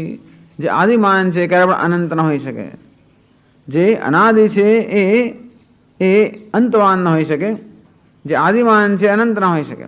એટલે મોક્ષનો પ્રારંભ હોય તો પછી એનો ક્યારેક નાશ થવાનો નથી. જે વસ્તુનો આદિ હોય, જેનો પ્રારંભ હોય એ ક્યારે પણ અનંત ન હોઈ શકે. અને તેથી આ સંસાર અને મોક્ષ આ કોઈ પણ વસ્તુ ક્યારે પણ વાસ્તવિક ન હોઈ શકે. એ પણ શું છે? કલ્પના છે. અર્થાત બ્રહ્મ તત્વ કૂટસ્થ એ સંસાર અને મોક્ષ, બંધન અને મુક્તિ આ બધા ખ્યાલોથી પણ રહિત છે. વિમતઃ સંસાર ન અંતવાન અનાદિભાવત્વાત આત્મવદ. એક જ વસ્તુ અનાદિ છે, તે છે આત્મા. અનાદિ હોવાને કારણે ક્યારે પણ અંત નથી. એમ તમારી દ્રષ્ટિએ જો સંસાર અનાદિ હોય તો આત્માની જેમ એનો પણ ક્યારેય અંત ના આવે. કિંચ મોક્ષ અનંતો ન ભાવત્વે સતી આદિમત્વાદ ઘટવત. આ તમારા અભિપ્રાય પ્રમાણે મોક્ષનો જો પ્રારંભ થતો હોય, અત્યારે હું બદ્ધ છું, એટલે આ કોના ઉદ્દેશને કહે છે? જે લોકો એમ માને છે કે બંધન અને મુક્તિ સાચા છે, જે લોકો એમ માને છે આત્માનો જન્મ માનવો, એનો અર્થ એ કે આત્માના બંધનને સત્ય માનવું. જ્યારે જન્મનો સ્વીકાર કરવામાં આવે કે બ્રહ્મ આત્મરૂપે જન્મ્યું, એનો અર્થ એ થયો કે બંધન પણ સત્ય બની ગયું. જો બંધન સત્ય હોય તો મુક્તિ શક્ય નથી. અને એ મુક્તિ જે બંધન દૂર, એટલે મુક્તિ પણ એના માટે સત્ય છે અને બંધન પણ સત્ય છે. આપણે કહીએ બંધન તમારું સત્ય હોય અને અનાદિ હોય તો એનો ક્યારે અંત જ ના આવે. અને મુક્તિ પણ સત્ય હોય અને મુક્તિ પ્રાપ્ત થતી હોય તો એ અનંત ના હોય છે. કારણ કે જે વસ્તુ પ્રાપ્ત થઈ છે, જેનો પ્રારંભ થયો છે, એનો અંત આવવાનો છે. અંતેથી તો બંધન અને મોક્ષને સત્ય માનતા હો તો બંને સંભવિત જ નથી. અર્થાત બંધન અને મોક્ષ આ બેમાંથી એકે વસ્તુ આત્મામાં શક્ય જ નથી. અંતેથી આત્મા બંધન અને મોક્ષ આ સર્વ ખ્યાલોથી રહિત કૂટસ્થ છે. શંકરાચાર્યજી સમજાવે છે ભાષ્યમાં, અયમ ચ અપરઃ આત્મનઃ સંસાર મોક્ષયોઃ પરમાર્થ સદ્ભાવવાદિનાં દોષઃ ઉચ્યતે. એમ છે અપરઃ દોષ. આ વળી વધારાનો દોષ છે જે આગળ કહેવામાં નથી આવ્યો. આગળ જે બધા દોષ કહેવામાં આવ્યા એ ઉપરાંતમાં એક બીજો દોષ છે. કોના માટે? સંસારમો આત્મનઃ સંસાર મોક્ષયો પરમાર્થ સદ્ભાવવાદિનામ. જે લોકો એ પ્રકારનો અભિપ્રાય ધરાવે છે કે આત્મા વાસ્તવિક બંધનમાં છે, એટલે કે ખરેખર આત્મા બદ્ધ છે અને ખરેખર આત્મા મુક્ત થાય છે, એવી માન્યતા ધરાવનારા જે છે એમની આ માન્યતામાં જે બીજો વળી દોષ છે એ દોષ અહીં દર્શાવવામાં આવે છે. સંસાર મોક્ષયો અવિનાશિત્વ વિનાશિત્વ રૂપ આ દોષ કે સંસાર ક્યારેનો અંત નહીં આવે અને સંસારનો ક્યારે પણ અંત નહીં આવે અને મોક્ષનો પણ અંત આવી જશે, એ પ્રકારનો દોષ છે એ સમજાવે છે ભાષ્યમાં. અનાદેહે અતીત કોટિ રહિતસ્ય સંસારસ્ય અંતવત્વમ સમાપ્તિ ન સેત્સ્યતે યુક્તિતઃ સિદ્ધિમ ન ઉપયાસ્યતે નહીં અનાદિસન્ન અંતવાન કશ્ચિત પદાર્થો દૃષ્ટો લોકે. અનાદેહે જે અનાદિ છે, અનાદિ કોને કહેવાય સમજાવે છે. અતીત કોટિ રહિતસ્ય, અતીત કોટિ રહિતસ્ય પૂર્વમ ન આસીદિતિ અવચ્છેદ વર્જિતસ્ય. અતીત કોટિ જ્યારે ક્યારેક હતું ક્યારેક નહોતું, આદિ ક્યારે કહેવાય, ભૂતકાળમાં ક્યારેક નહોતું એવું જ્યારે કહી શકીએ ત્યારે કહેવાય કે આ વસ્તુ આદિ છે. પૂર્વમ ન આસીદ ક્યારેક ન હતું એવી જે વસ્તુ છે એને આપણે શું કહીએ, આદિમાન કહીએ કે એનો આરંભ છે. આ સંસાર કેવો છે, અનાદિ, ક્યારે પણ ન હતો એવું નહોતું અથવા હંમેશા હતો. ન આસીદિતિ અવચ્છેદ વર્જિતસ્ય આ પ્રકારે ક્યારે નહોતો એ પ્રકારનો અવચ્છેદ એ પ્રકારનો ખ્યાલથી રહિત છે. એટલે અનાદેહે અતીત કોટિ રહિતસ્ય સંસારસ્ય અંતવત્વમ એ સંસારનો અંત સમાપ્તિ ક્યારેય પણ ન સિદ્ધ થઈ શકે. ટૂંકમાં તમે બંધનને જો વાસ્તવિક સ્વીકાર કરતા હો તો પછી ક્યારેય બંધન દૂર થઈ શકે જ નહીં. કેમ? ન સેત્સ્યતિ યુક્તિતઃ સિદ્ધિમ ન ઉપયાસ્યતિ.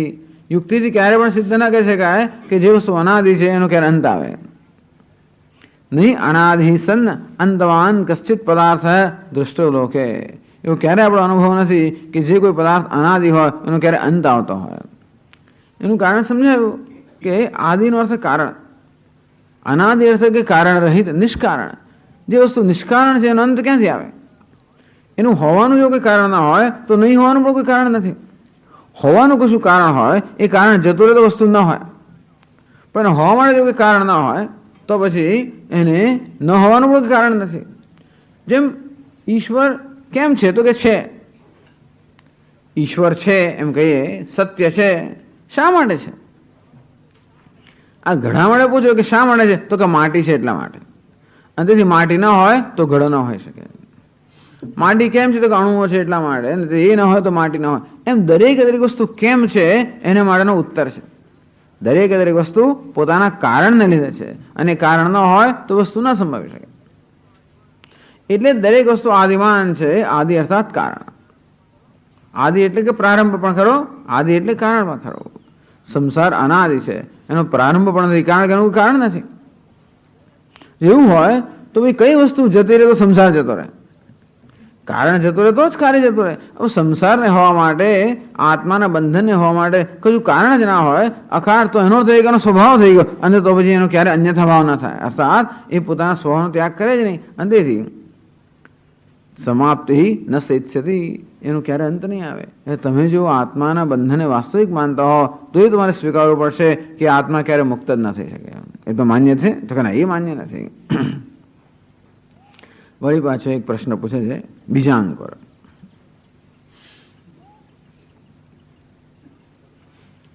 બીજાંકુર સંબંધ નૈરંતર્ય વિચ્છેદ દૃષ્ટ ઇતિ ચેત. કે ભાઈ જો બીજ અને અંકુરની આ સંતાન એટલે કે સંતતિ એટલે કે આ પરંપરા, આ બીજ અંકુરનો જે પ્રવાહ જે છે, પરંપરા છે, એનો તો અંત આવે છે. બીજાંકુરયો ભક્ષણાદિના. આમ કોઈ બીજ કે અંકુરને ખાઈ જાય તો પેલા કોઈ પ્રાણી તો એ સંતતિનો અંત આવી ગયો. અર્થાત બીજાંકુર જે સંતતિ છે અનાદિ છે, અને છતાં પણ અનંત હોય છે. તમે એમ કેમ કહો છો? પ્રશ્ન પૂછે છે પૂર્વ પક્ષી કે તમે કેમ કહો છો કે જે અનાદિ હોય અંત ના આવે? જેવા દ્રષ્ટાંત રહ્યું, આ બીજાંકુર પરંપરા કેવી છે? અનાદિ છે, અને છતાં પણ એનો અંત આવી શકે. કોઈ ભક્ષણ કરી જાય પેલા બીજનું કે અંકુરનું તો પતી ગયું કામ. અને તેથી એ અનાદિ હોય છે તો અંત તો આવે છે. બીજાંકુર સંબંધ નૈરંતર્ય વિચ્છેદ દૃષ્ટ નૈરંતર્ય વિચ્છેદ નિરંતરતા જેનો અંત ના આવે એનો વિચ્છેદ એટલે કે એનો અંત આવી જાય. ટૂંકમાં બીજાંકુરના પરંપરા છે અંત તો આપણે જોઈએ છે આપણા અનુભવમાં. અંતો જે અનાદિ છે એનો અંત ના આવે એવો કોઈ નિયમ નથી, એવું પૂર્વ પક્ષી કહે છે.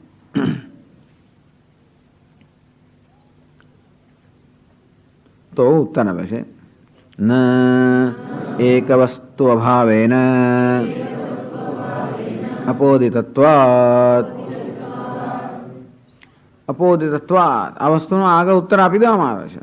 અર્થાત આ જે તમારો પ્રશ્ન છે એ પ્રશ્નનું નિરાકરણ કરી દેવામાં આવ્યું છે કે બીજાંકુર નામની શું વસ્તુ છે? બીજાંકુર પરંપરા નામનો કોઈ વસ્તુ છે? બીજ અને અંકુર સિવાય બીજાંકુર પરંપરા શું વસ્તુ છે? જેને પરંપરા કહેવામાં આવે છે બીજ અને અંકુરની બનેલી છે. માટે આ બીજાંકુર પરંપરા નામનો કોઈ પદાર્થ હોય એમાં સ્વીકારતા જ નથી.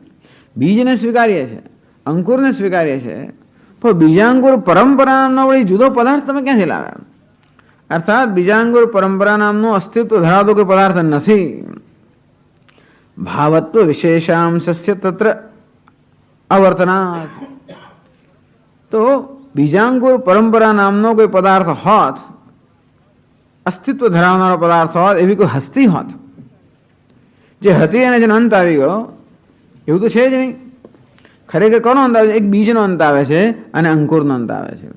કે બીજ પણ અનાદિ નથી અને અંકુર, આ તો નાખી આગળ કહી ગયા અમે કે બીજ પણ કેવું છે? આદિમાન છે, અને અંકુર પણ કેવો છે? આદિમાન છે. બીજ પણ આદિમત, અંકુર આદિમાન, અને તેથી એનો અંત આવે છે. અને તેથી એ સિવાય બીજાંકુર પરંપરા તમે ક્યાંથી લાવ્યા? આગળ જ કહી દીધું કે બીજ પણ આદિમત છે, અંકુર પણ આદિમાન છે, અને તેથી બીજ અને અંકુરની બનેલી પરંપરા પણ એ જ પ્રકારની આદિમાન જ કહેવાય, અને તેથી એનો અંત આવે છે, નહીં કે અનાદિ છે. બે જ કહી ગયા. એક તો એ કે બીજાંકુર પરંપરાનું પ્રત્યેક વ્યક્તિ જે બીજ અને અંકુર છે એ સાદી હોવાને કારણે, આદિમત હોવાને કારણે આ પરંપરાના આદિ ન કહેવાય. એ ઉપરાંત બીજાંકુર પરંપરા નામનો કોઈ જુદો પદાર્થ હોય બીજ અને અંકુરથી એ ઉપરાંતનો, એવું અમે સ્વીકારતા જ નથી. અને એ છે ને એનો અંત આવે છે. ભાવત્વ અંશસ્ય તત્ર અવર્તનાદ. ભાવત્વ હોવા પણ એવા બીજાંકુર પરંપરા નામની કોઈ હસ્તી નથી. આ માટે એવું એ દ્રષ્ટાંત તરીકે મૂકી ન શકાય. જે છે જ નહીં. એક વસ્તુ અભાવેન અપોદિતત્વાદ. એમાં એક વસ્તુપણાનો અભાવ છે.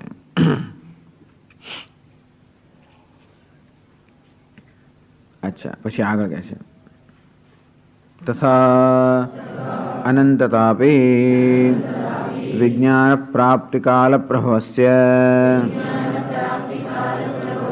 મોક્ષસ્ય આદિમતઃ ન ભવિષ્યતિ ઘટાદિષુ અદર્શનાદ. તથા તેવી જ રીતે, તથા એટલે તેવી જ રીતે મોક્ષસ્ય અનંત આદિમતઃ મોક્ષસ્ય અનંતતાપી ન સિદ્ધ્યતિ ન ભવિષ્યતિ. અંતે રીતે જો બંધન સાચું હોય તો મોક્ષ પણ સાચો, અને તો બંધન જતું રહે નામ મોક્ષ. એનો તો મોક્ષનો પ્રારંભ થયો. વિજ્ઞાન પ્રાપ્તિ કાલ પ્રભવસ્ય મોક્ષસ્ય. આમ આત્મવિજ્ઞાન પ્રાપ્ત થાય અને મોક્ષનો ઉદ્ભવ થતો હોય તો મોક્ષ કેવો થયો? એનો ઉદ્ભવ થયો, ઉત્પત્તિ થઈ, આરંભ થયો. તો પછી અનંતતા ન સેત્સ્યતિ, અનંતતા ન ભવિષ્યતિ. જે આદિ છે એ ક્યારે પણ અનંત ન હોઈ શકે. જેનો આદિ છે અનંત હોવાનો છે. ઘટાદિશુ અદર્શનાદ વ્યતિરેક દ્રષ્ટાંત. આનું દ્રષ્ટાંત કોઈ નથી. અને તેથી ઘટાદિશુ અદર્શનાદ. આ ઘટ પટ વગેરે પદાર્થો કેવા છે? આદિમાન છે, અને જોઈએ છે કે એમનો અંત આવે છે. અને તેથી જે કોઈ આદિમાન હોય એ ક્યારે અનંત હોય એવો આપણો અનુભવનો વિષય નથી. ઘટપટ સર્વ આદિમાન પદાર્થો છે, અને મોક્ષ પણ આદિમાન હોય તો એનો પણ અંત આવવાનો. તેથી મોક્ષ અનંત ના હોય એટલે અનિર્મોક્ષ પ્રસંગ. જો બંધન અને મોક્ષ સત્ય હોય તો મોક્ષ શક્ય જ નથી તમારા મત પ્રમાણે. ત્યારે દલીલ કરે છે યથા કૃતકોપી ઘટાદિ ધ્વંસ નિત્ય તથા બંધ ધ્વંસોપી ભવિષ્યતિ. કેવું કોણે કહ્યું કે જે વસ્તુનો પ્રારંભ થયો હોય એનો અંત ના આવે એવું શા પછી કહો છો? એસા કૃતો ગોપી ઘટાડી ધ્વંસ. આ એક નવો આર્ગ્યુમેન્ટ છે. આ હંમેશનો આર્ગ્યુમેન્ટ છે. એક પ્રાગ અભાવ અને પ્રધ્વંસ અભાવ. પ્રાગ અભાવ કેવો છે? અનાદિ છે છતાં પણ અંતમાન છે. પ્રધ્વંસ અભાવ કેવો છે? આદિમાન છે છતાં પણ અનંત છે. જો પ્રાગ અભાવ કોને કહેવાય? કે ઘડાનો જન્મ થયા પહેલા ઘડાની સ્થિતિને શું કહેવાય? ઘડો હતો નહીં તો ઘડાના જન્મ પહેલાની ઘડાની સ્થિતિને પ્રાગ અભાવ કહેવામાં આવે. પ્રાગ અભાવ, પૂર્વ રહેલો અભાવ. અને ઘડો નષ્ટ થઈ જાય પછી પણ ઘડો નથી, એ ઘડાના અભાવને કહેવાય છે પ્રધ્વંસ અભાવ. તો જ્યારે ઘડો નાશ પામે ત્યારે એનો અભાવનો જન્મ થયો. અત્યાર સુધી ઘડાનો ભાવ છે, ઘડો છે. ઘડો નષ્ટ થઈ જાય તો શું થાય? ઘડાનો અભાવ. એને કહેવાય પ્રધ્વંસ અભાવ. અને એ અનંત છે. પછી તો ઘડો પાછો આવવાનો જ નથી. તમે ઘડાને ભેગો કરો ધારો કે આપણે, તો પણ એ ઘડો પાછો નથી જ આવે. અર્થાત જે ઘડો નષ્ટ થયો એ ઘડાનો અભાવ હંમેશનો છે. એટલે કહે છે કે ઘટનો પ્રધ્વંસ અભાવ છે. એનો પ્રારંભ થાય છે છતાં પણ અંત નથી. કૃતકોપી અર્થાત કર્મ વડે પ્રાપ્ત થયેલો છે. ઘડો છે કંઈક કર્મ કરવાને કારણે ઘડાનો જે પ્રધ્વંસ સ્વભાવ છે એનો પ્રારંભ થયો અને છતાં પણ એનો અંત આવતો નથી. એ તમે શા પરથી કહો છો કે જેનો આદિ હોય એનો અંત ના આવે? આદિ તો છે અને કૃતક કોઈ કર્મને કારણે જે વસ્તુનો પ્રારંભ થયો હોય એનો અંત ના આવે એવું દ્રષ્ટાંત છે પ્રધ્વંસ અભાવ. તો મોક્ષ પણ જ્ઞાનને કારણે પ્રાપ્ત થઈ શકે અને છતાં પણ એનો અંત ન હોય એવું શા માટે નહીં? એક જ આપણે દ્રષ્ટાંત બતાવીએ, એક નિયમનો અપવાદ બતાવે એટલે નિયમ આખો જતો રહે. એક જ અપવાદથી આખો નિયમ આપણે ફેંકી દેવો પડે. એક અપવાદ છે અનેક અપવાદ નીકળે. એક જ અપવાદની જરૂર છે. આમ આપણે એક નિયમ બતાવ્યો કે જેનો આદિ હોય એનો અંત આવવો જ જોઈએ એવો આપણો અનુભવ છે. અંતો એક અપવાદ બતાવ્યો કે જે આ પ્રધ્વંસ સ્વભાવનો આદિ છે અને છતાં પણ અંત નથી. અંતે રીતે મોક્ષનો પણ પ્રારંભ હોઈ શકે અને એનો અંત ના હોય એવું શા માટે નહીં? તો એનો ઉત્તર આપે છે. એટલે પહેલા પ્રશ્ન પૂછે છે અને પછી ઉત્તર આપે છે. ઘટાદિ વિનાશવત અવસ્તુત્વાદ અદોષ ઇતિ ચેત. પેલો કહે છે ઘટાદિ વિનાશવત, અમારો મોક્ષ કેવો છે? ઘટાદિ વિનાશ જેવો, અર્થાત ઘટ પ્રધ્વંસ અભાવ જેવો છે. અભાવ વસ્તુ કેવી છે? જેનો ભાવ નથી, અર્થાત જેમાં કોઈ પ્રકારની નક્કરતા નથી, જેનું અસ્તિત્વ નથી. એટલે કહે છે કે અવસ્તુત્વાદ, આ અભાવ પ્રધ્વંસ અભાવ આ વસ્તુ જેને ખરેખર વસ્તુ છે જ નહીં. આ તો કલ્પના જ છે બધી. ખરેખર વેદાંતને લોકો અભાવ બધું સ્વીકારતા જ નથી. પછી એમાં પાછા ભાગ પાડે છે. એક તો અભાવ નામના પદાર્થને લોકો સ્વીકારે છે, વૈશેષિક લોકો, નૈયાયિક લોકો. અને પાછા એમાં જાત જાતના વિશેષણો મળે. પ્રાગ અભાવ અને પ્રધ્વંસ અભાવ અને અન્યોન્ય અભાવ અને અત્યંત અભાવ, આમ જાત. પછી તો આખું તમે એના પર આખું માખું રચના કરો છો. અભાવ જ સ્વીકારતા નથી. પણ સ્વીકાર લઈએ તોય પણ ઘણી બધી દલીલો એમના મતને સ્વીકારીને કરવામાં આવતી હોય છે, જેથી એ તો શાંત થાય. ને તમે કહો કે અમે અભાવ સ્વીકારતા જ નથી, એનો અર્થ એ તો પછી દલીલનું કોઈ કારણ જ ના રહ્યું અને પછી કોઈનું નિરાકરણ ના થાય એના મનમાં કે અમે તો સ્વીકારીએ, અમે નથી સ્વીકારતા. અને પછી નિરાકરણ ના થાય અને તમે સ્વીકારો છો તો કે ચાલો અમે પણ સ્વીકારીએ છીએ અને તમારા અભિપ્રાય પ્રમાણેનો અભાવ સ્વીકારીએ તો પણ તમારી વાત સાચી નથી એવું સિદ્ધ કરીએ. અર્થાત એની દલીલથી જ એના વિચારનો દોષ આપણે બતાવીએ તો જ એના મનનું નિરાકરણ થાય, નહીં તો ના થાય. એટલે આ પ્રમાણે અહીં પણ એમની જે દલીલ છે એનાથી એમના પ્રશ્નોનું નિરાકરણ કે એમની વિચારસરણીમાં દોષ બતાવવામાં આવે છે. એટલે કે ઘટાદિ વિનાશવત અવસ્તુત્વાદ, અવસ્તુત્વાદ બંધ નિવૃત્તિ રૂપત્વાદ. મોક્ષ કેવો છે? મોક્ષ કોઈ વસ્તુ નથી, માત્ર બંધની અભાવનું નામ મોક્ષ. મોક્ષ કોને કહો? બંધનો અભાવ એટલે મોક્ષ. જેમ ઘટનો અભાવ એટલે ઘટ પ્રધ્વંસ અભાવ, તેમ બંધનો અભાવ એટલે મોક્ષ. અને તેથી જેમ અભાવ કોઈ વસ્તુ નથી તેમાં મોક્ષ પણ કોઈ વસ્તુ નથી. અને તેથી જેમ પેલા અભાવનો નાશ નથી તે રીતે આ બંધના અભાવરૂપ મોક્ષનો પણ નાશ નથી. અને તેથી આ બંધના અભાવરૂપ મોક્ષનો પ્રારંભ થયો પરંતુ અંત નથી. આદિમાન હોવા છતાં પણ એ અનંત છે મોક્ષ. એની છેદ આવું જો તમારે કહેવાનું હોય તો એનો ઉત્તર આવે છે. તથા ચ સતી મોક્ષસ્ય પરમાર્થ સદ્ભાવ પ્રતિજ્ઞાહાનિ અસત્વાદેવ શશવિષાણસ્ય ઇવ આદિમત્વ અભાવશ્ચ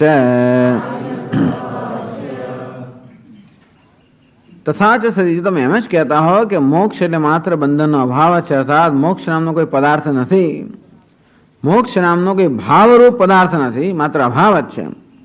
તો મોક્ષસ્ય પરમાર્થ સદ્ભાવ પ્રતિજ્ઞાહાનિ. તો મોક્ષ નામની વસ્તુ છે એ વસ્તુની તમારી પ્રતિજ્ઞા નિગ્રહ સ્થાન છે.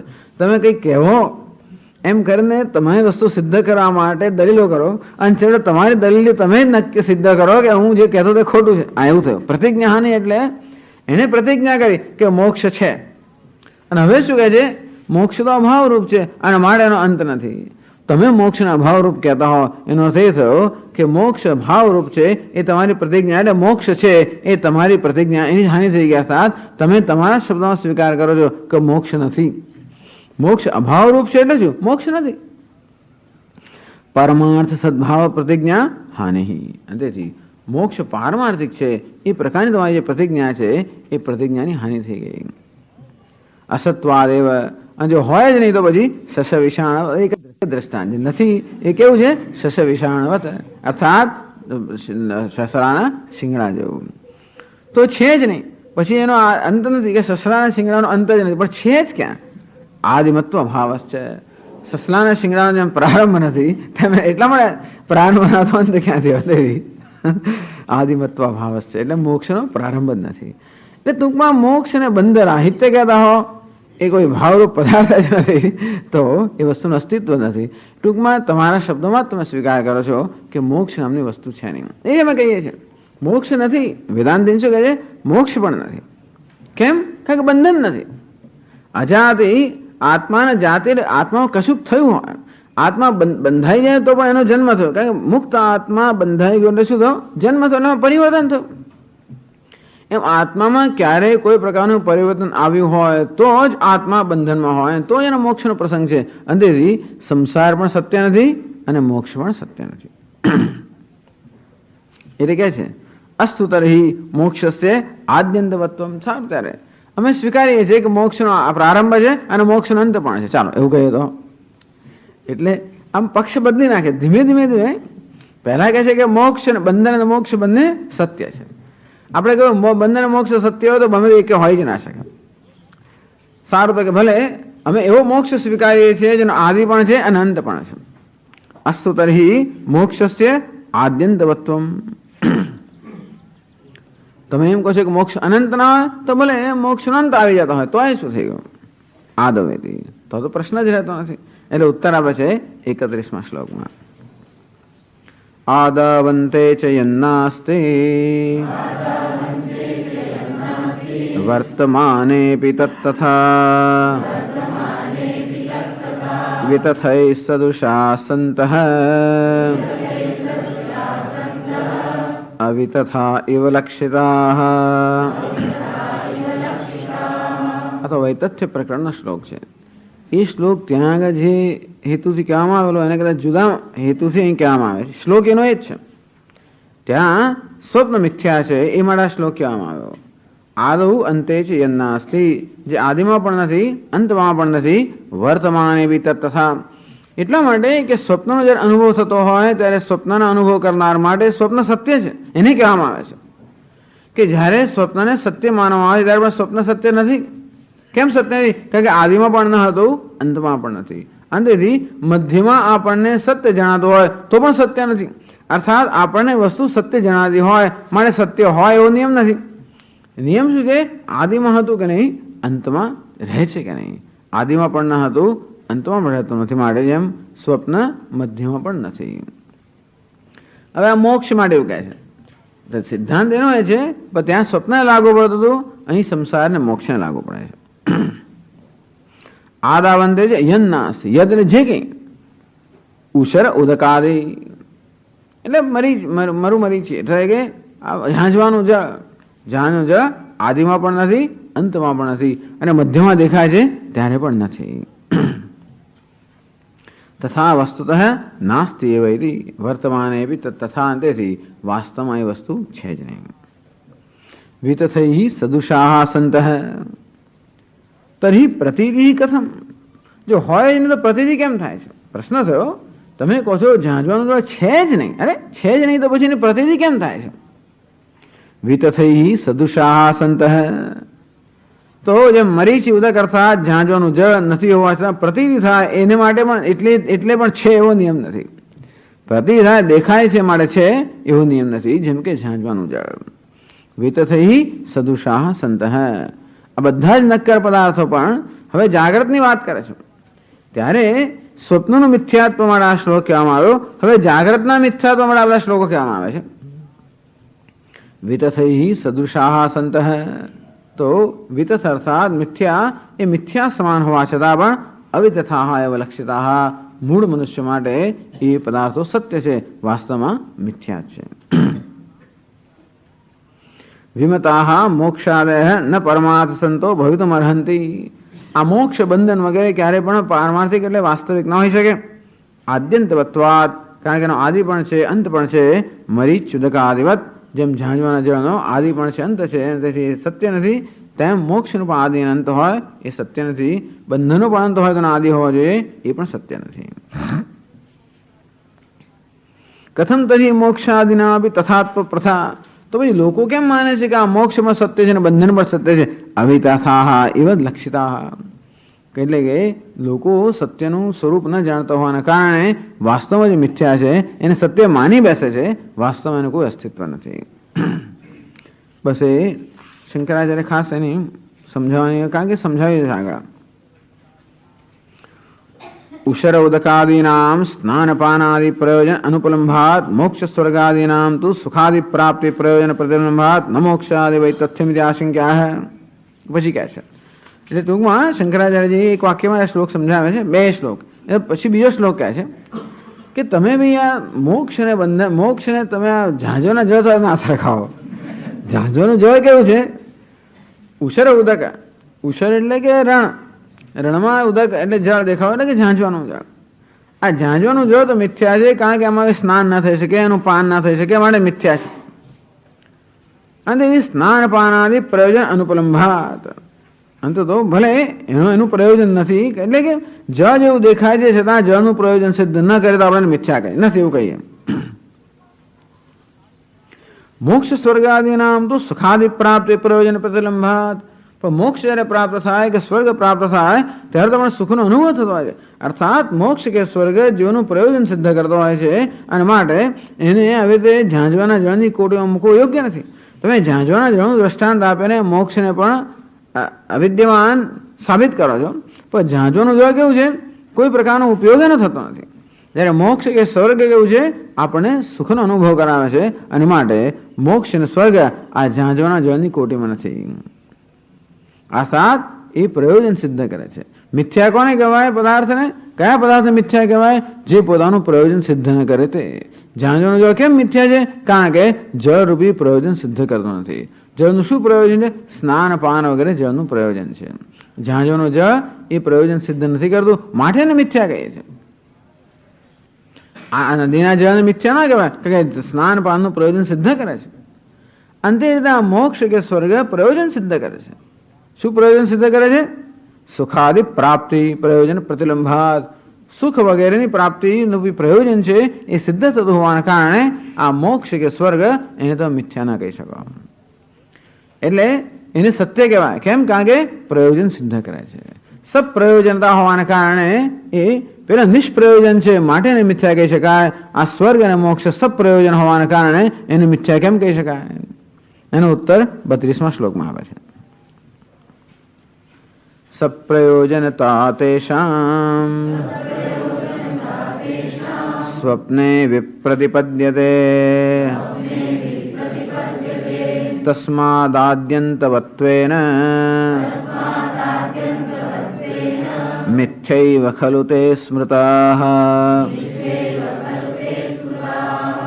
સપ્રયોજનતા તેષાં સ્વપ્ને વિપ્રતિપદ્યતે. આમાં અત્યારે જાગ્રત પદાર્થોની વાત થયેલી, અહીં પણ એવું જ છે. કહ્યું કે ભાઈ સ્વપ્નના પદાર્થોનું ભલે પ્રયોજન ના હોય, જાગૃતના પદાર્થો પ્રયોજન સિદ્ધ કરે છે, પણ એને મિથ્યા કેમ કહેવાય? તો કે આ જાગૃતના પદાર્થો પણ સ્વપ્નમાં કોઈ પ્રયોજન સિદ્ધ કરતા નથી. દ્રષ્ટાંત આપેલું શંકરાચાર્યજીએ કે આ 3 ટંક ચાલે એટલું પેટ ભરેલું હોવા છતાં પણ આ માણસ સ્વપ્નની તો 3 દિવસનો ભૂખ્યો છે, અને તેથી પેટમાં જ રહેલું પેલું અન્ન એની ભૂખ સમાવી શકવાનું પ્રયોજન સિદ્ધ નથી કરતું. અને તેથી આ જો પ્રયોજન હોવું એ સત્ય માટેનો જે નિયમ હોય તો એ નિયમ પણ આ જાગૃતના પદાર્થોને લાગુ પડતો નથી. કારણ કે ભલે જાગ્રત અવસ્થામાં પ્રયોજન સિદ્ધ કરતા હોય, પરંતુ આ પદાર્થો સ્વપ્નમાં પ્રયોજન સિદ્ધ કરતા નથી, અને માટે એમનો પ્રયોજનતા પણ નથી. એટલે કે પ્રયોજનતા, પ્રયોજનવત્વ, પ્રયોજન હોવું એ જ્યારે સત્યતા માટેનો નિયમ હોય એ નિયમ પણ લાગુ નથી પડતો. કારણ કે દરેક અવસ્થામાં પોતાનું પ્રયોજન સિદ્ધ કરતા નથી. એમ તો સ્વપ્નના પદાર્થો સ્વપ્નમાં પ્રયોજન સિદ્ધ કરે છે, જાગ્રતમાં પ્રયોજન સિદ્ધ નથી કરતા, માટે તમે સ્વપ્નના પદાર્થોને મિથ્યા કહો છો.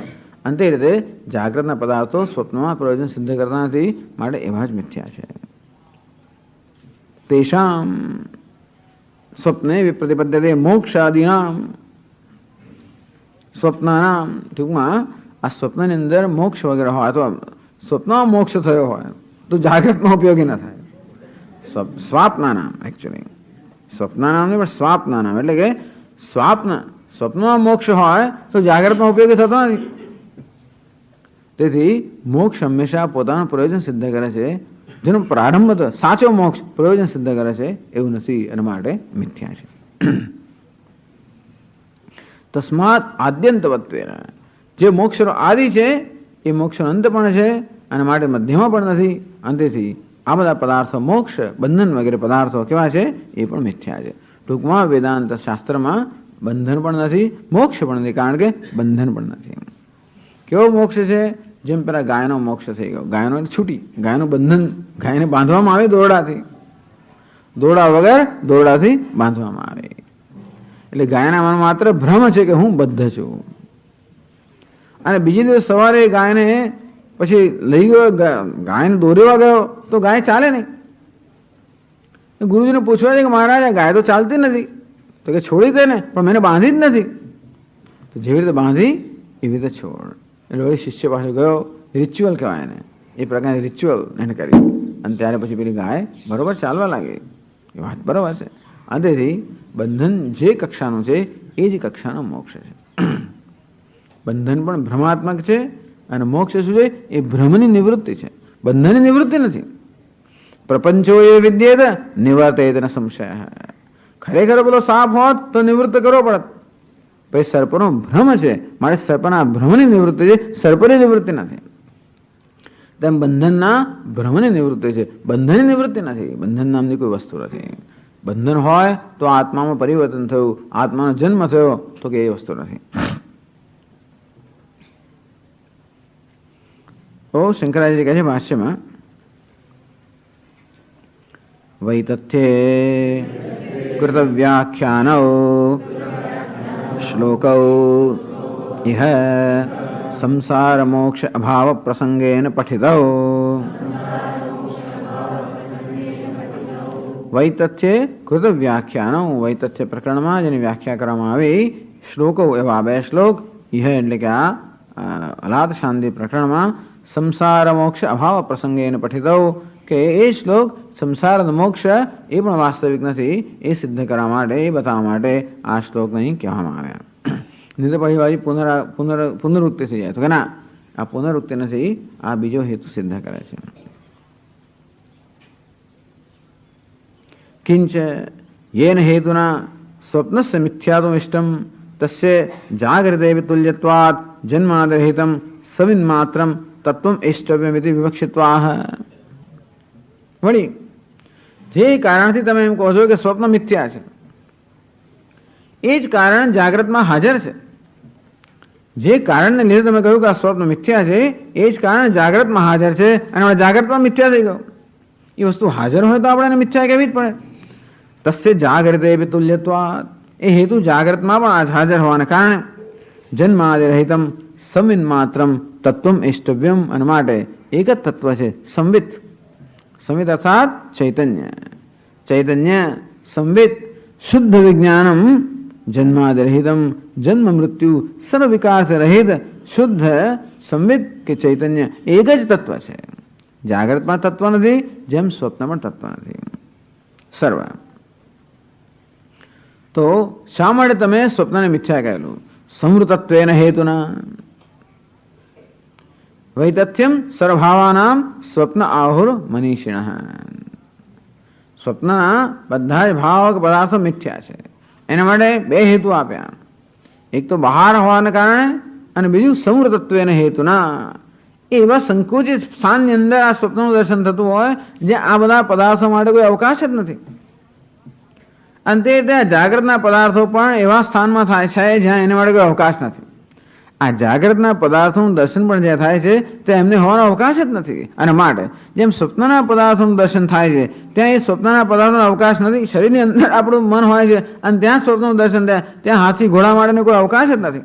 માટે આપણે મિથ્યા કહીએ છીએ. અંતે રીતે આ જાગ્રતના પદાર્થોનું દર્શન જ્યાં થાય છે ત્યાં પણ એમને હોવા માટે કોઈ સ્થાન જ નથી. અંતેથી એ પદાર્થો પણ મિથ્યા છે એવું 33મા શ્લોકમાં કહે છે. સર્વે ધર્મા મૃષા સ્વપ્ને કાયસ્યાંતર્નિદર્શનાદ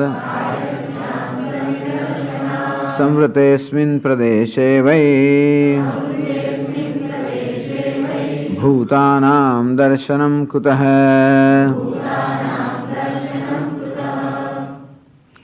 સર્વે ધર્માઃ મૃષા સ્વપ્ને સ્વપ્ને મૃષા. આ બધા જ ધર્મ એટલે પદાર્થો સ્વપ્નમાં જે છે એ કેવા છે? મૃષા અર્થાત મિથ્યા છે. કેમ? એનો હેતુ છે કાયસ્ય અંતઃ નિદર્શનાત, કે સ્વપ્નના બધા પદાર્થો ખરેખર આપણા શરીરની અંદર જ દેખાય છે. ભલે ત્યાં બહાર દેખાતા હોય એ પ્રકારનો ભ્રમ આપણને હોય, પણ આપણે જાગીએ ત્યારે ખબર પડે કે આ સ્વપ્ન મારામાં જ હતું. આ સ્વપ્નના જે પદાર્થોનો મને અનુભવ થતો હતો એ પદાર્થો ક્યાં હતા? શરીરની અંદર. કાયસ્ય અંતર નિદર્શનાત, આ કાય કે શરીરની અંદર એ બધા દેખાતા અને માટે એ મિથ્યા છે. સંવૃતત્વેન હેતુના, આ સંકુચિત સ્થાનમાં એમના માટે કોઈ અવકાશ નથી, માટે એ મિથ્યા છે. તો પછી આ જાગ્રત પદાર્થો સંવૃતેસ્મિન પ્રદેશે વૈ ભૂતાનામ દર્શનમ કુતઃ. આ જાગ્રત પદાર્થો પણ શરીરની અંદર જ દેખાય છે અને માટે એ પણ કેવા છે? મિથ્યા છે. કહે છે આનંદગીરી, યદિ દેહાંત દર્શનાદ મિથ્યાત્વમ સ્વપ્નશિષ્ટમ. તમે કહેતા હો કે સ્વપ્નના પદાર્થો મિથ્યા છે કારણ કે દેહની અંદર જેના દર્શન થાય છે જ્યાં એમના માટે કોઈ અવકાશ નથી. તર્હિ વૈરાજદેહે સર્વસ્ય જાગૃતસ્ય દર્શનાત મિથ્યાત્વમ દુર્વારમિત્યર્થઃ. અંતો આ જાગ્રતના પદાર્થો પણ દેહની અંદર દેખાય છે. કોના દેહની અંદર? વિરાટના દેહની અંદર. સ્વપ્નના પદાર્થો મારા દેહમાં દેખાતા માટે મિથ્યા છે, તો જાગ્રતના પદાર્થો વિરાટના દેહની અંદર દેખાય છે. અને દેહની અંદર દેખાવું એ હેતુ જો. સ્વપ્નના પદાર્થો મિથ્યા કેમ છે? દેહની અંદર દેખાતા હોવાને કારણે.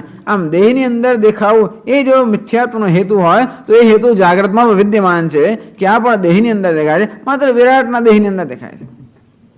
માટે કેવા છે? એ મિથ્યા છે. હેતુ એક હોય તો મિથ્યા. એક જીવડું હોય પછી બધું, તો આ વસ્તુ કેવી છે? તો કે આ ફેંકી દેવાનું. એક જ જીવડું હોય તો પણ આ વસ્તુ ખરાબ થઈ ગઈ. એટલે આપણા શરીરની અંદર પણ એક જ લોહીના ટીપાની અંદર કશું કરો તો આખું બધું લોહી આપણે માની લઈએ કે બધે પ્રસરી ગયો છે મેલેરિયા કે જે કહેવાય છે. બધું લોહી તો પસંદ જરૂર ના પડે પછી. અને તે રીતે એ હેતુ લોહીના એક ટીપાની અંદર મેલેરિયા જંતુ છે, માટે આખા શરીરમાં મેલેરિયા જંતુઓ છે. તેવી રીતે જો સ્વપ્નના મિથ્યાત્વનો હેતુ શું છે? દેહની અંદર આ પદાર્થોનું દર્શન થાય છે માટે. તો જાગ્રતના પદાર્થોનું દર્શન પણ ક્યાં થાય છે? દેહની અંદર. કોના દેહની અંદર? વિરાટના દેહની અંદર. માટે આ જાગ્રતના પદાર્થો પણ મિથ્યા છે. દુર્વારમ.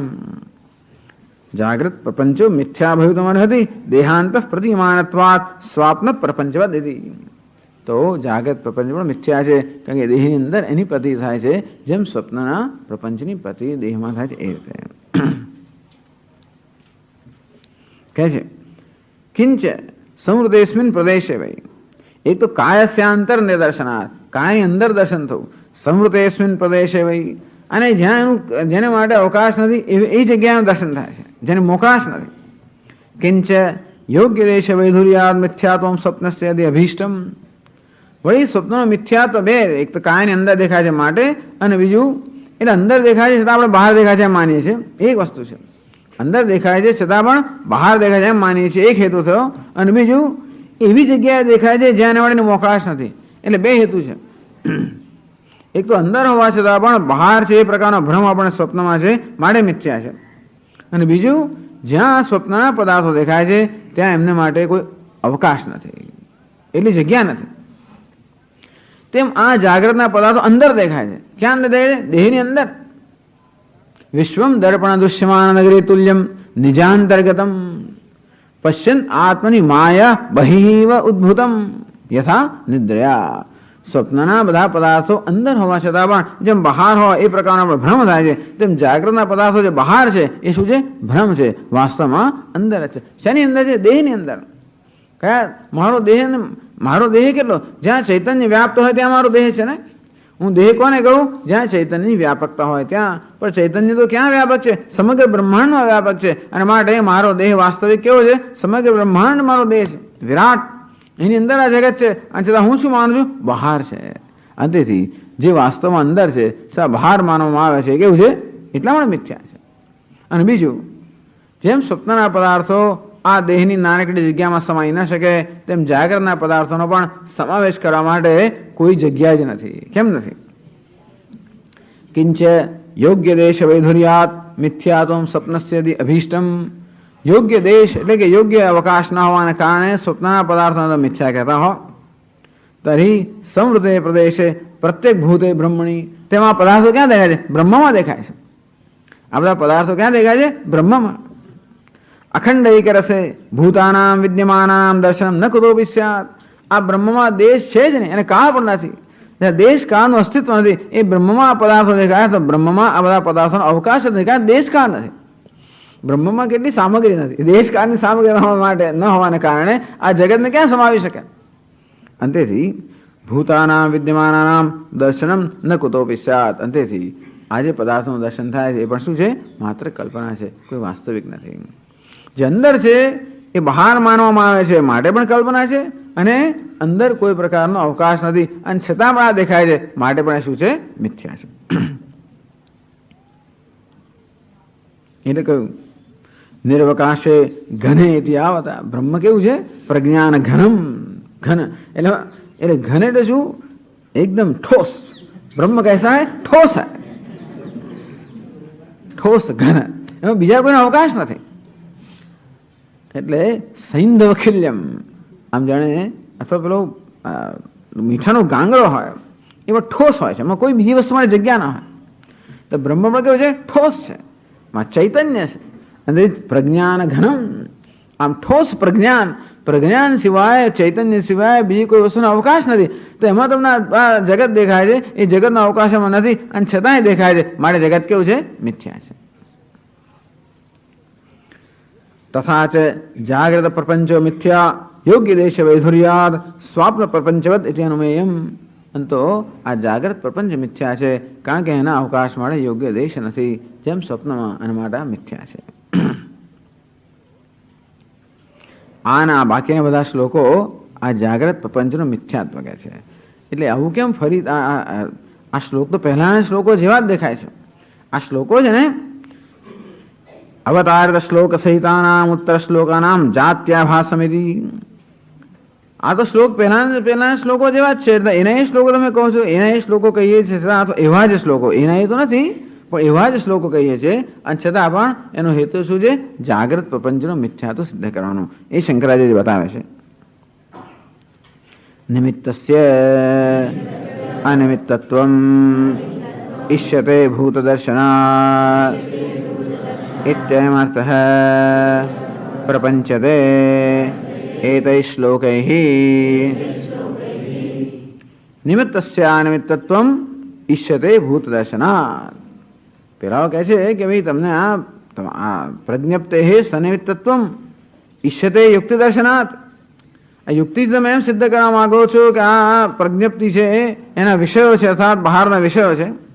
ત્યારે કહ્યું કે નિમિત્તસ્ય અનિમિત્તત્વમ.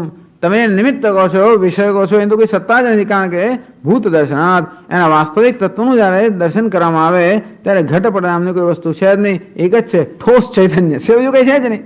ચૈતન્ય ઘનમ, પ્રજ્ઞાન ઘન, સિવાય કઈ છે જ નહીં. અને માટે આ પદાર્થો નિમિત્ત, આ સાત ચૈતન્યમાં કોઈ પ્રકારની વિવિધતા ઉત્પન્ન કરવાની ક્ષમતા ધરાવતા નથી, કારણ કે એમનું કોઈ વાસ્તવિક અસ્તિત્વ નથી.